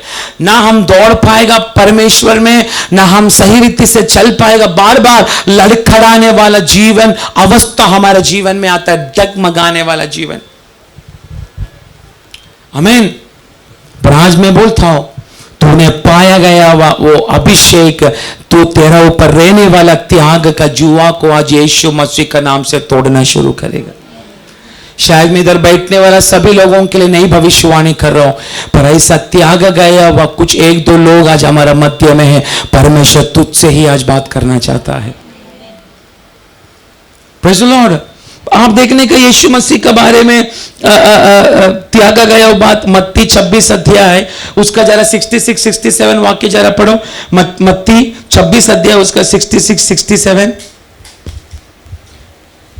तुम क्या सोचते हो? उन्होंने उत्तर दिया, ये वध होने के योग्य है। तब उन्होंने उसके मुंह पर थूका और उसे घूंसे मारे। दूसरों ने थप्पड़ मार के कहा। तो आप देखने का यीशु मसीह का त्याग गया वह अवस्था, यीशु मसीह जो अनुभव करने वाला वाक्य अभी हमने पढ़ा मत्ती 26 अध्याय उसका 66 और 67 वाक्य। आप देखना महायाजक यीशु मसीह को देखकर बोल रहा है ये तो किसके लिए लायक है, ये मारा जाने के लिए ये लायक है, ऐसा महायाजक यीशु को देखकर बोलने लगा। आमीन। और उसका नीचे आप देखना गेबथा का उस अवस्था में गेबथा यीशु मसीह मारा गया हुआ उस जगह गेबथा, उस गेबथा का अनुभव में भी यीशु मसीह ने अनुभव किया वह त्याग देखना। उधर यीशु मसीह का मुंह में थूका, 67 वाक्य, यीशु मसीह का मुंह में थूका, तब उन्होंने उसके मुंह पर थूका और उसे घूसे मारे, दूसरों ने थप्पड़ मार के कहा, हे मसीह हमसे भविष्यवाणी करके कहे कि किसने तुझे मारा। आप देखने का यीशु मसीह ने अनुभव किया हुआ ये त्याग। आप उस वचन को याद रखना, राज मिस्त्रियों ने त्यागा गया वह पत्थर। कौन है राज मिस्त्री? यहूदी लोग, इजरायली लोग। यीशु मसीह मरने का लायक करके यहूदी महायाजक बोल रहा है। आमीन। यीशु मसीह के ऊपर थूका जा रहा है, यीशु मसीह को मार के पूछ रहा है तुझे किसने मारा करके तू भविष्यवाणी कर। मैं आपको पूछना चाहता हूं, जो व्यक्ति ने यीशु मसीह को मारा उसका 100 पीढ़ी का नाम 1 सेकंड के अंदर यीशु मसीह भविष्यवाणी कर सकता है कि नहीं? बोलिए। जो व्यक्ति ने यीशु मसीह को मारकर बोला अभी भविष्यवाणी कर तुझे किसने मारा, यीशु मसीह 1 सेकंड के अंदर उसका 100 पीढ़ी का नाम तक भविष्यवाणी कर सकता है। आमीन। पर उस समय मेरा यीशु मसीह शांत रहा। क्यों मालूम है? मेरा यीशु मसीह को एक मूल्य पत्थर बनने का प्रोसेस में परमेश्वर लेकर चल रहा है। इसलिए लोग भविष्यवाणी आज पढ़ा गया वह वचन, राज मिस्त्रियों ने त्यागा गया वह पत्थर कोने का मूल्य पत्थर बना। एक रीति से बोला जाए तो एक मेन फाउंडेशन भी बोल सकते हैं हम, एक दीवार का main foundation. Praise the Lord. Yeshu Masih को मार के पूछ रहा है भविष्यवाणी कर। आप सोचो वो त्याग का अवस्था कितना भयानक था जो यीशु मसीह ने सहन किया, पर उस अवस्था में भी शांत होकर पिता की इच्छा के लिए यीशु मसीह शांत होकर आगे बढ़ा। आमीन। आप अगर यशायाह 53 अध्याय उसका 33 वाक्य में भी यीशु मसीह ने अनुभव किया हुआ रिजेक्शन के बारे में पढ़ने के लिए मिलेगा। यशायाह 53 अध्याय उसका 33 वाक्य।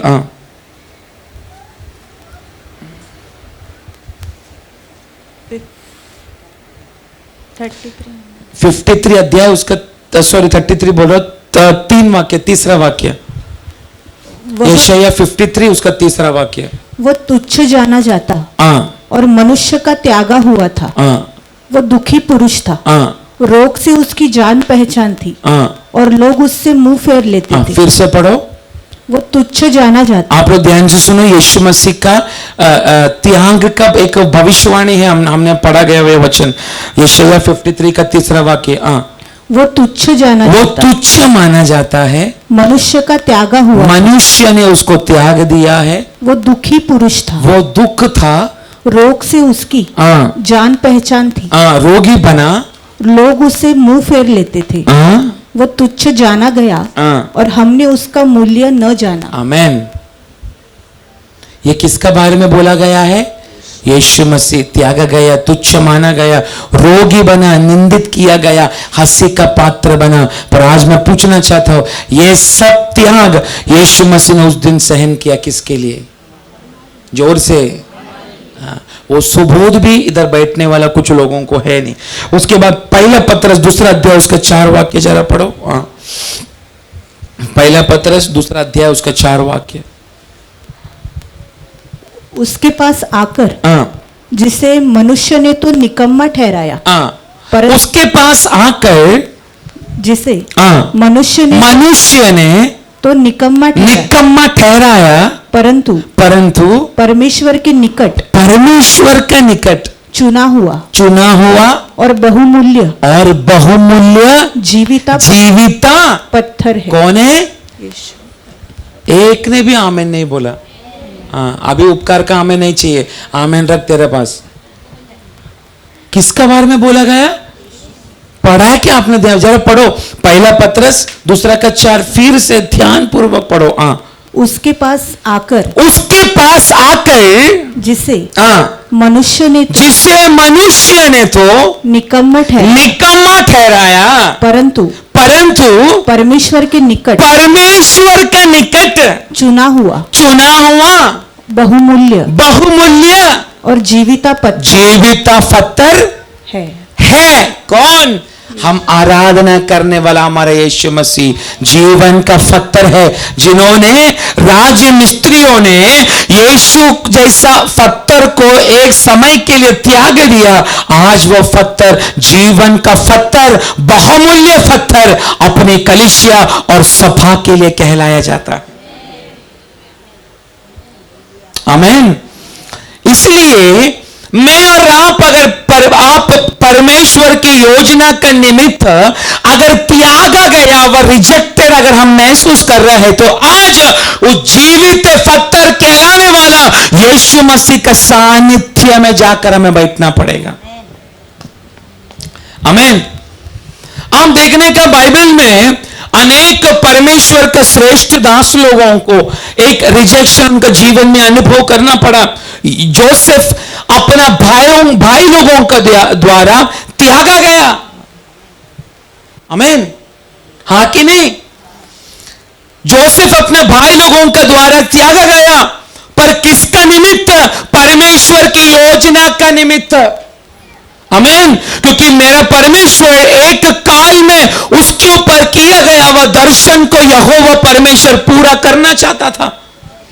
इसलिए बाइबल में जितना भी परमेश्वर का सेवक लोगों ने, दास लोगों ने अपने जीवन में त्याग को अनुभव किया, वे सभी लोगों को एक समय की बड़ी योजना के लिए परमेश्वर ने उस अवस्था में उनको डलवाया।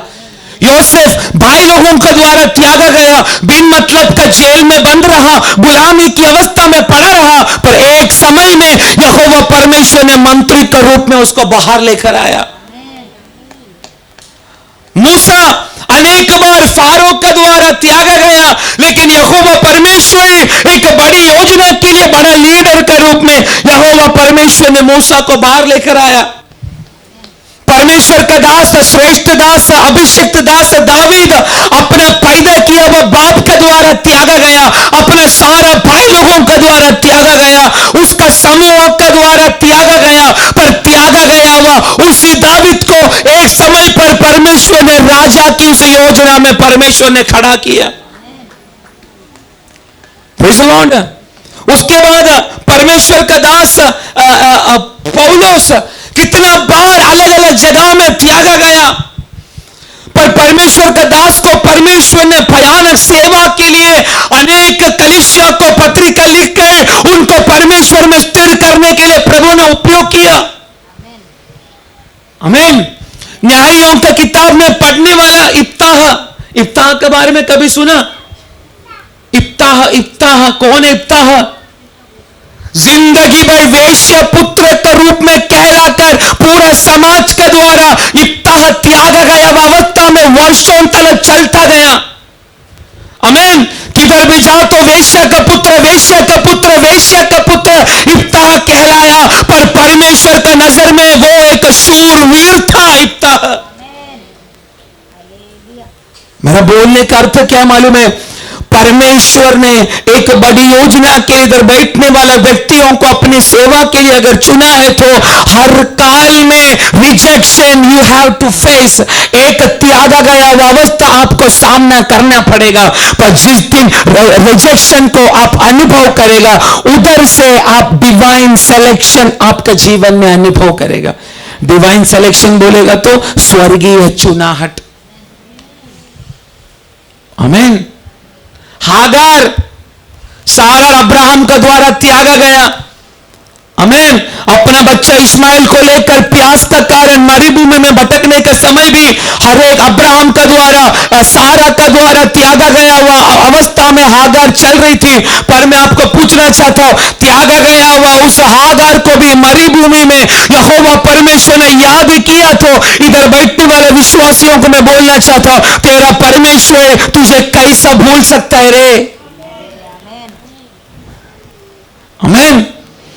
प्यास लगने वाला उस हागार का बच्चे का प्यास को बुझाने के लिए मरुभूमि में परमेश्वर पहले से अगर कुआं को खोद के रखा है, तो हे विश्वासी, तू अनुभव करने वाला त्याग का सामना करने के लिए तेरा परमेश्वर अनेक लोगों को तेरा पक्ष में आने वाला दिनों में खड़ा करने जा रहा है।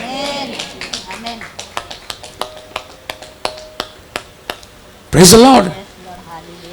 वो सब एक ही बात के लिए, इस अंतिम दिनों में तेरा जीवन का द्वारा जो प्रभु पूरा करना चाहता है, उसका शुरुआत परमेश्वर ये 2025 इस वर्ष में प्रभु करना चाहता है।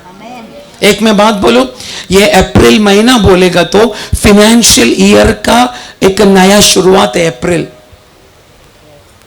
किसी को समझ रहा मैं क्या बोल रहा हूं?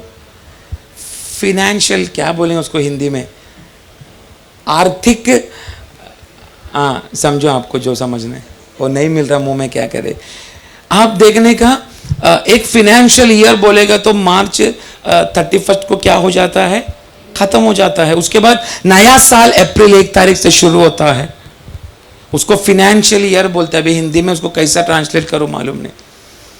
अगर ये अप्रैल महीना फाइनेंशियल ईयर का एक नया शुरुआत है, तो आज खुद एक भविष्यवाणी के रूप में इसको ले लो, मेरा जीवन में भी मेरा परमेश्वर नया कुछ करने वाला ये महीना है, अप्रैल महीना। आमीन। पिछला हफ्ता, पिछला महीना रोया ना बहुत लोग आंसू बहाया। सहायक के रूप में कोई भी आपका साथ में नहीं था। इसका अर्थ आपका ये महीना से परमेश्वर की योजना पूरा होने का समय आ चुका है। मैं फिर से बोल रहा हूं, जिधर तूने रिजेक्शन को अनुभव किया, उधर प्रभु का सिलेक्शन को अनुभव करने का टाइम आ चुका है। आमीन। पर कैसा मालूम है? अद्भुत रीति से। मार्कोस यही बोल रहा है, राजमिस्त्रियों ने त्यागा गया वह पत्थर को कोने का पत्थर बना। आप देखा, पूरा यहूदी लोगों ने मसीह यीशु को त्यागा, पर आज हमारा नींव बोलेगा तो कौन है? नींव, फाउंडेशन कौन है? यीशु मसीह। आप एक विश्वासी आज एक सत्य जानना, आपका जीवन में कुछ भी करे, आप अपने जीवन में कुछ भी करे, आप अगर घर ले, अगर आप गाड़ी ले, आप कुछ बिजनेस करे, आप कुछ भी काम करे, आपका मेन नींव कौन होना चाहिए? जोर से और जोर से बाजू वाले को बोल, यीशु होना चाहिए। शकुंतला ने जरा बोलो। हाँ कौन होना चाहिए? हाँ बोलो, यीशु। शकुंतला नहीं। समझने वालों को इशारा काफी है। आमीन। हमारा हर कामों में हमारा मेन शुरुआत और नींव किससे होना? आप बोलो, जो कोने का जो पत्थर होता है, ये शुरुआत में डाला जाता है कि लास्ट में डाला जाता है? हाँ शुरुआत में। उसका द्वारा ही पूरा कॉर्नर, पूरा दीवार मजबूत रीति से बैलेंस होके खड़ा हो सकता है। हमारा फाउंडेशन, नींव जो हम डालते हैं, जितना वो नींव मजबूत रहेगा, भयानक भूकंप और तूफान आने के बाद मालूम पड़ेगा ये इमारत का नींव पक्का है क्या। तो आप सोचो, यीशु मसीह हमारा हर कामों का शुरुआत और फाउंडेशन हमारे जीवन में कौन होना चाहिए? यीशु मसीह। हमारा फैमिली का नींव, परिवार का नींव कौन होना चाहिए? यीशु मसीह। हमारा दिन का शुरुआत का नींव कौन होना चाहिए? हाँ, कैसा दिन का नींव आप डालेगा? हाँ, कोई लोग उठते ही किचन में भागता है, आमीन। कोई लोग बेड टी पीते, बेड टी बोलेगा ना, बिस्तर का चाय, अच्छा ट्रांसलेशन किया, बेड टी। अभी किसी किसी को बेड ब्रेकफास्ट भी लगता है, बेड डिनर भी लगता है, क्योंकि दिन भर बिस्तर से उठा नहीं, इसलिए डिनर भी उधर, हगना मूतना भी उधर। आजकल डायपर का रेट सस्ता हो गया बोलकर एडल्ट डायपर भी मिलता है, इसलिए आजकल का मोस्टली सब लोग डायपर पहन के बिस्तर में पड़ा रहता है। हमारा दिन का नींव भी यीशु से शुरुआत होना चाहिए। इसका अर्थ किससे? प्रार्थना से। हमारा बिजनेस किससे शुरू होना चाहिए? मैं बहुत सारे लोगों को देखा, अन्य जाति लोग, उन्होंने अगर उनका जो काम करने वाला जगह है, आप कुछ ऑफिस ने, तो उनको अगर बॉस ने अगर एक कैबिन दिया है, एंट्री करते ही पहला अगरबत्ती करेगा, नहीं तो उधर घंटी बजाएगा। देखा? वो छोड़ो, इधर अपना जो बाहर जो अपना भाजी बेचने वाले जितना लोग है, आप देखने का कभी कभी वो लोग नींबू काट के उधर रखते हैं। देखा? शुरू करने के समय कुछ तो मन में मंत्र जप के नारियल फोड़ते हुए देखा। तो अन्य जाति लोग इतना अगर कर सकता है, तो सत्य परमेश्वर को पुकारने वाला मैं और अब कितना तक उसमें ध्यान देना चाहिए। हमारा दिन का नींव भी किसका द्वारा होना चाहिए? मसीह का द्वारा, यीशु का द्वारा। जैसा तुम्हारा दिन का नींव, तुम्हारा सब काम अगर यीशु मसीह से अगर शुरुआत किया, इसका अर्थ तेरा हर कामों को 100 गुना परमेश्वर फलदायक करना शुरू करेगा। आमीन।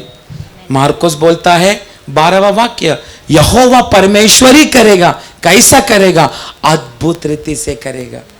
इंग्लिश में लिखा है मार्वेलस। मार्वेलस बोला तो सोचने से भी बढ़कर, जो हम कदा भी हमारा मानुष्य बुद्धि से हम सोच नहीं सकते, ऐसी एक अद्भुत कामों को प्रभु करेगा।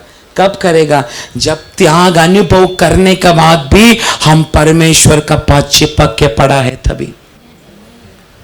आमीन।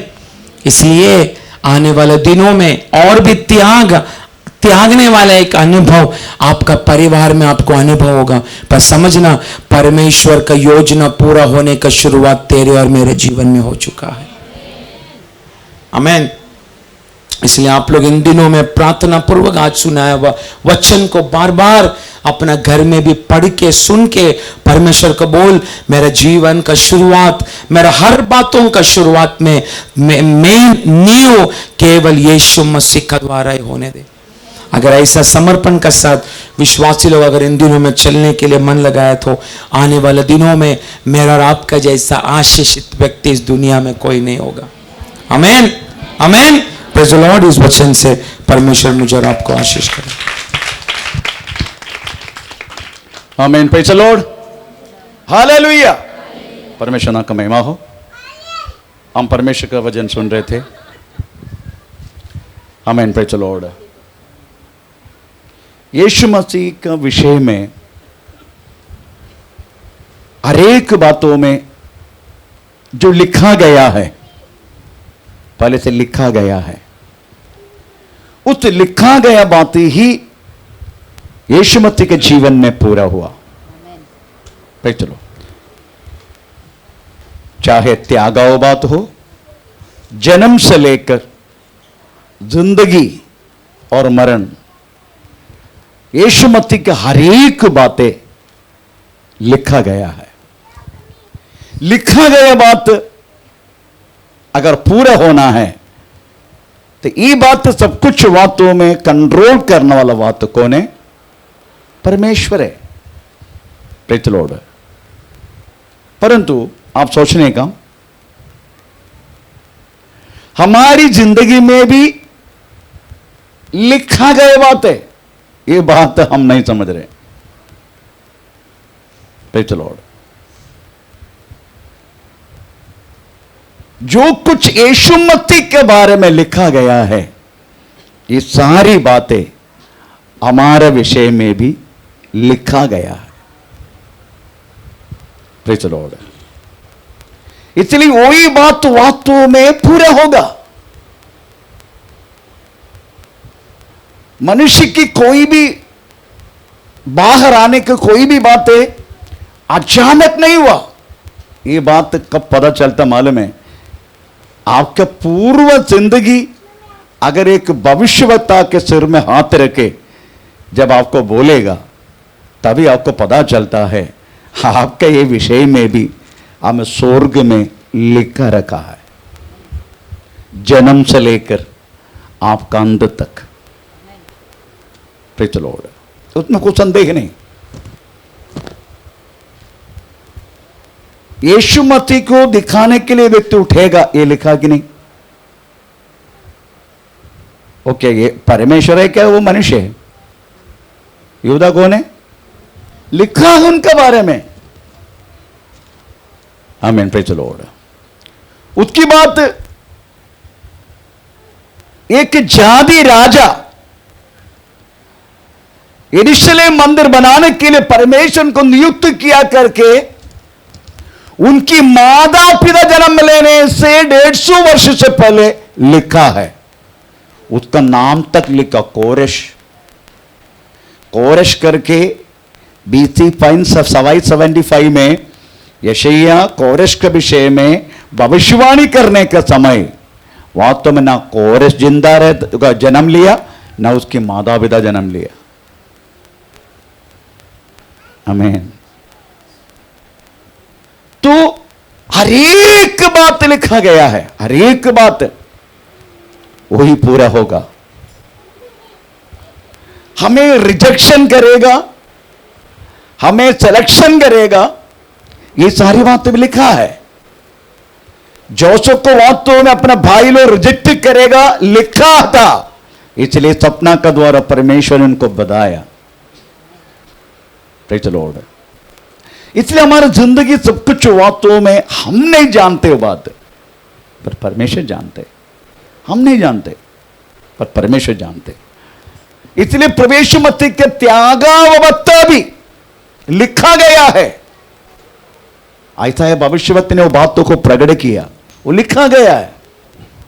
तो मुझे आपसे यही बोलना है, अगर यीशु मसीह का हर एक जन्म से लेकर मरण तक बीच में आया हुआ हर एक त्यागना जोड़ना हमें सारी बात अगर लिखा गया है, तो हमारा बात भी लिखा गया करके मैंने बोल दिया, परंतु उसका स्थापित करने के लिए कुछ तो होना चाहिए ना। वजन नहीं तो मैं ऐसा बोलने से काम नहीं चलेगा, वजन होना चाहिए। हमें पे चलो, हम एक वचन पढ़ेंगे, एफेसियन के पत्री 2 अध्याय का 20 से लेकर पढ़ना शुरू करो।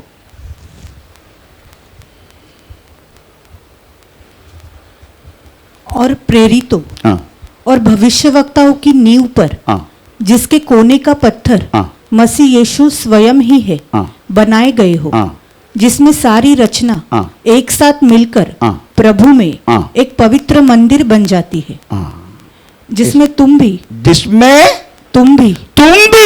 आत्मा के द्वारा परमेश्वर का हाँ, निवास स्थान होने के लिए हाँ, एक साथ बनाए जाते हो। Praise the Lord. इसमें हमारा भी नाम है, कोने के पत्थर यीशु है। उसके बाद एक एक पत्थर जिंदा रहने वाला पत्थर करके बोला गया। वो किसके रूप में? भविष्यवक्ता और प्रेरित। Praise the Lord. हमको अभी ये किया गया है, भविष्यवक्ता और प्रेरित, ये दोनों को काम करना है। भविष्यवक्ता और प्रेरित हमें भी वास्तव में उनके साथ जोड़ा गया, इसलिए लिखा गया। यीशु मसीह का हर एक बात लिखा गया। मैन हमारा बात लिखा गया, उसको प्रूव करने वाला शब्द जो लिखा गया है, आमीन, किसके रूप में? जैसा बाप है वैसा पुत्र भी। यीशु मसीह प्रेरित भी है, यीशु मसीह भविष्यवक्ता भी है। यीशु मसीह, जब तो पढ़ेंगे इब्रानी पत्र 3 का पहला वाक्य।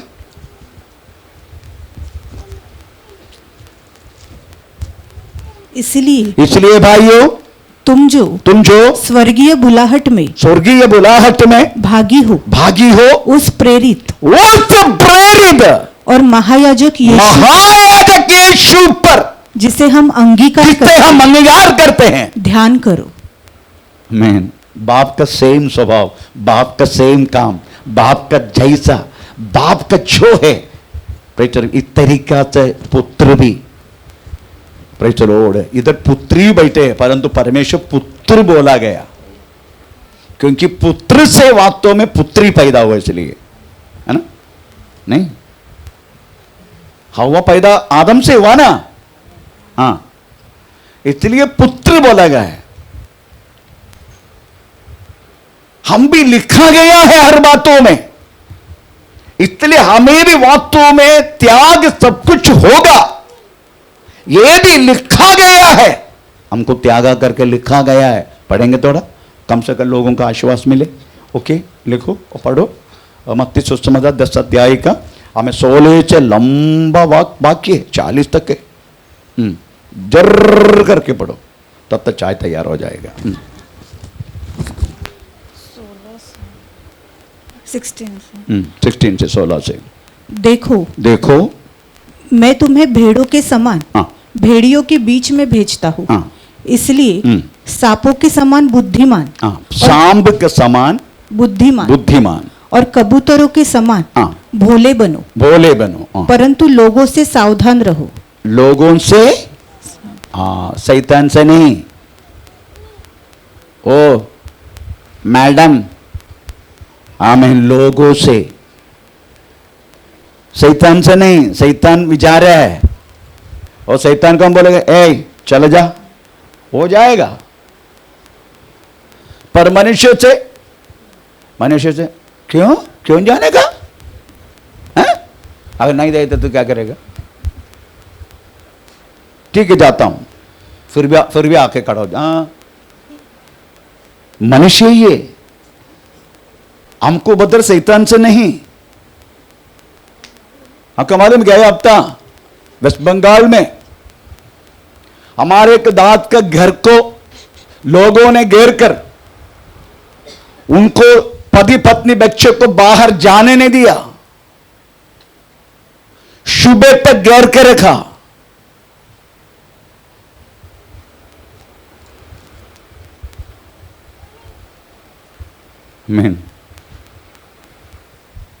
सुबह तक।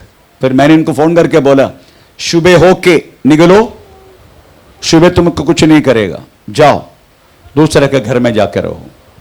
अभी प्रभु का दास गुरु के घर में, वो प्रभु का दास, वो भी मैं 10वां ग्राम का पास्टर है, 10वां ग्राम कलिसिया का पास्टर है, नया कलिसिया शुरू की, उधर जाके रहो। अभी उधर ही रह रहे, लिखा है सारी बात होगा। कंटिन्यू। लोगों से सावधान रहो क्योंकि वे तुम्हें महासभा में सौंपेंगे। मतलब तुमको सीधा कोर्ट लेके जाएगा, पुलिस स्टेशन लेके जाएगा, महासभा। और अपनी पंचायतों में कोड़े मारेंगे। अपनी पंचायत में कोड़े मारेगा। तुम मेरे लिए हाकिमों और राजाओं के सामने उन पर, वो लोग नहीं, आजकल पुलिस स्टेशन है, बस वो लोग राजा है, जज लोग है, उनके सामने। और अन्य जातियों पर, अन्य जाति लोग गवाह होने के लिए पहुंचाया जाएगा। जब वे तुम्हें पकड़वाएंगे तो ये चिंता न करना कि हम किस रीति से या क्या कहेंगे, क्योंकि जो कुछ तुमको कहना होगा वह उसी घड़ी तुम्हें बता दिया जाएगा। क्योंकि बोलने वाले तुम नहीं हो, तो बोलने वाला तुम नहीं है, परंतु तुम्हारा अंदर रहने वाला मेरी आत्मा है। तुम में बोलता है। भाई भाई को और पिता पुत्र को घात के लिए सौंपेंगे, और बच्चे माता पिता के विरोध में उठकर उन्हें मरवा डालेंगे। मेरे नाम के कारण सब लोग मालूम में एक पास्टर को वेस्ट बंगाल में उनकी पत्नी उनके बच्चे दोनों मिलके मार के रेलवे ट्रैक में डाल के कटवा दिया। आप समझ सकते हो बातों को? कारण क्या मालूम है? बेटी के शादी में इस तरीका से शादी नहीं करने का मैं प्रभु का दास है करके दास ने बोला, इसलिए उनका पत्नी उनके बच्चे इसका मार के चलो रेलवे ट्रैक में डाल दिया, मर गए वो। ऐसा लिखा है, ये सब करेगा, तुम्हारे बच्चा तेरे ऊपर उंगली उठाएगा, हमें ये सब लिखा है। कंटिन्यू। मेरे नाम के कारण मेरा नाम के कारण सब लोग तुमसे बैर करेंगे, तुमको बैर करेंगे, पर जो अंत तक धीरज धरे रहेगा, अंत तक धीरज रखेगा, उसी का उद्धार होगा। उसी को उद्धार। कंटिन्यू। जब वे तुम्हें एक नगर में हाँ। सताए हाँ। तो दूसरे को भाग जाना। इसलिए मैं उनको बोला, तुम अभी उधरी तरह का प्रॉब्लम हो रहा है ना, गुरुवाई को भाग जाओ। इसलिए उनको बोला, अभी वो लोग उधर ही रह रहे, जब तक मैं बोलेगा नहीं तब तो उधर से हिलेगा नहीं। इधर से तुमको प्रॉब्लम होने के टाइम दूसरी जगह भाग जाओ। कंटिन्यू। जब वे तुम्हें, मैं तुमसे सच कहता हूँ हाँ। कि तुम इसराइल के सब नगरों में हाँ। न फिर चुकोगे, ऐसा जाके जाके पूरा इस्राएल भर जाएगा। हाँ। कंटिन्यू। मनुष्य का पुत्र आ जाएगा। हाँ, तब तक प्रभु आएगा। हाँ। चेला अपने गुरु से चेला अपना गुरु से बड़ा नहीं होता, बड़ा नहीं होता। और न दास अपने स्वामी से। हाँ।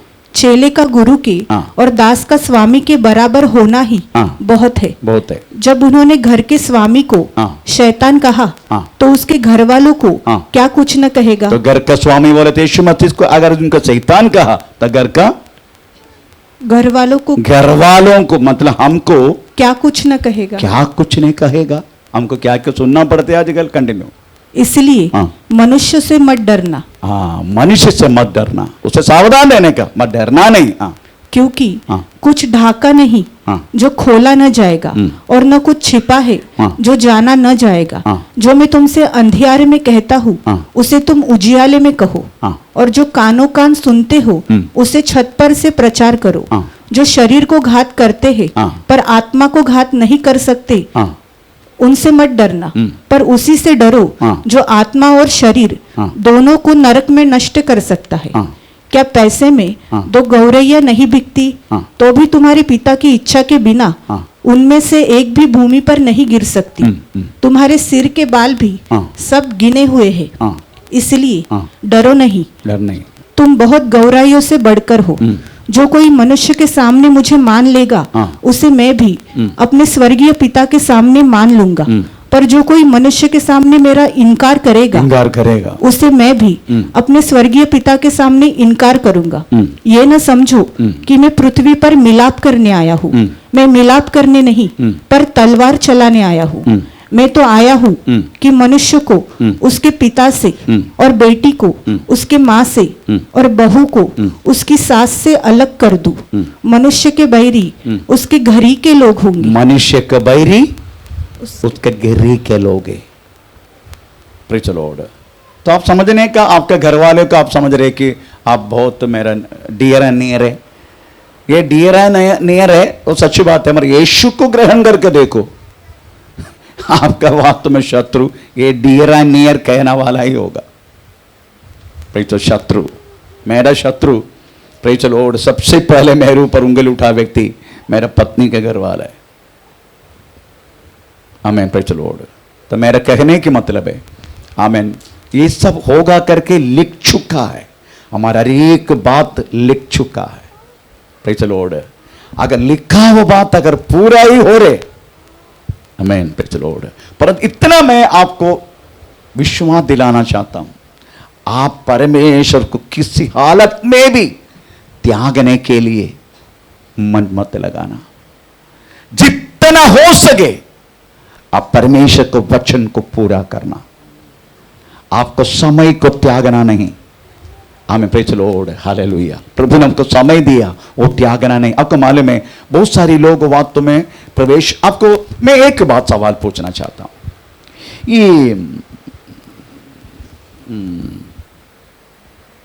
ये लोत की पत्नी नमक का पिल्लर बना कैसे? पीछे मुड़कर देखा। अगर मैंने बनाया घर, मैंने बनाया नगर का, थोड़ा पीछे मुड़ कर देखा गया तो ऐसे दंड पाएगा।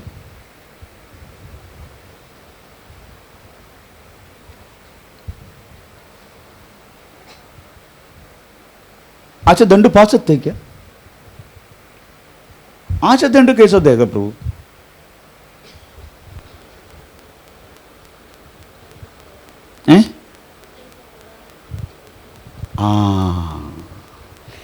पीछे मुड़ करके देखा तो कुछ होने वाला नहीं। अगर आप रोड पर जा रहे थोड़ा मुड़ कर देखा तो क्या आपको दंड होगा? आमीन, प्रेज़ द लॉर्ड। ये प्रभु का शब्द है, एक एक शब्द प्रभु का आज्ञा है। वो आज्ञा छोटा हो बड़ा हो, मैन परमेश्वर का आज्ञा परमेश्वर का जैसा बड़ा है, चाहे छोटा हो बड़ा हो। छोटा समझ रहा कौन? हम समझते है ना, हम समझते हैं छोटा, हम ही छोटा करते उसको। परमेश्वर की आज्ञा को छोटा करने वाला मनुष्य है, परमेश्वर नहीं। परमेश्वर वास्तव में दिया हुआ एक एक उसके शब्दों को उसी का जैसा बड़ा है, परमेश्वर का जैसा बड़ा। एक एक शब्द उसी को उल्लंघन किया उस स्त्री ने। प्रभु ने बोला है मोड़ कर देखना नहीं। प्रेज़ द लॉर्ड, आमीन। आपको मालूम है क्या ये सामसन का सिर पर क्या था? बाल में अभिषेक था।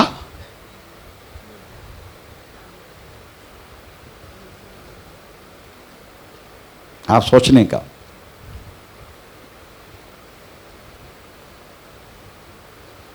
बात वो नहीं है, वो परमेश्वर की आज्ञा था।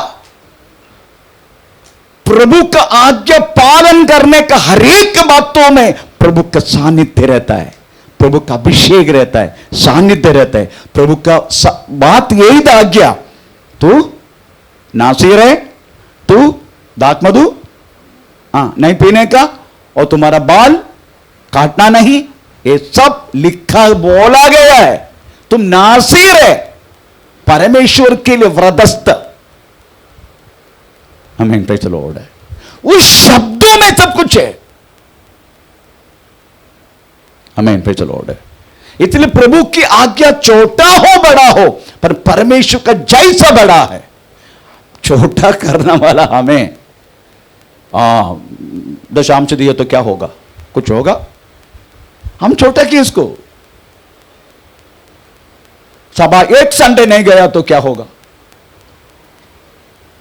संडे जाने का, हमें सभा योग में जाने का लिखा है, पढ़े? आपको मालूम है वो बात? हम थोड़ा पढ़ेंगे इब्रानी पत्री 10 का 24, 10:24, हिब्रू चैप्टर 10:24, थोड़ा पढ़ के देखो उसमें क्या लिखा है। और प्रेम और भले कामों में उकसाने के लिए हम एक दूसरे की चिंता किया करें, और एक दूसरे के साथ इकट्ठा होना, एक दूसरे पर इकट्ठा करना न छोड़ना, जैसे कि कितनों की रीति है। जैसा कि कितनों की रीति है। किसी लोगों ने ऐसे रीति किया, पर ऐसा तुम मत करना। ये प्रभु को वचन है। ठीक है, आपको नौकरी है, आपको बिजनेस है, नहीं तो आप काम पे जाते हैं, नहीं तो मेडिसिन में जाते हैं, वो अलग है। परंतु कभी कभी हम पेट दर्द, हमें पता चलो पीछे दर्द, आगे दर्द, ऐसे बोल बोल के घर बैठ, मैं बोला आपका पेट में दर्द है तो घर में बैठने के टाइम पेट में दर्द नहीं होते। आमीन, प्रेज़ द लॉर्ड। आपका बुखार है तो आप घर में बुखार नहीं होते, वो बुखार लेके इधर आया तो प्रभु के चरणों में बैठे तो। आमीन, प्रेज़ द लॉर्ड। तो मैक्सिमम अगर आपको काम है, आपका ठीक है, वो तो प्रभु समझते हैं बात, परंतु छोटी बात हम समझते हैं। प्रभु की इकट्ठा होने की जो बातें, संगति को छोटा सा बना रहे हम। Praise the Lord. अभी घर में बैठने वाला कितना लोग घर में बैठे, परंतु सभा में नहीं आते।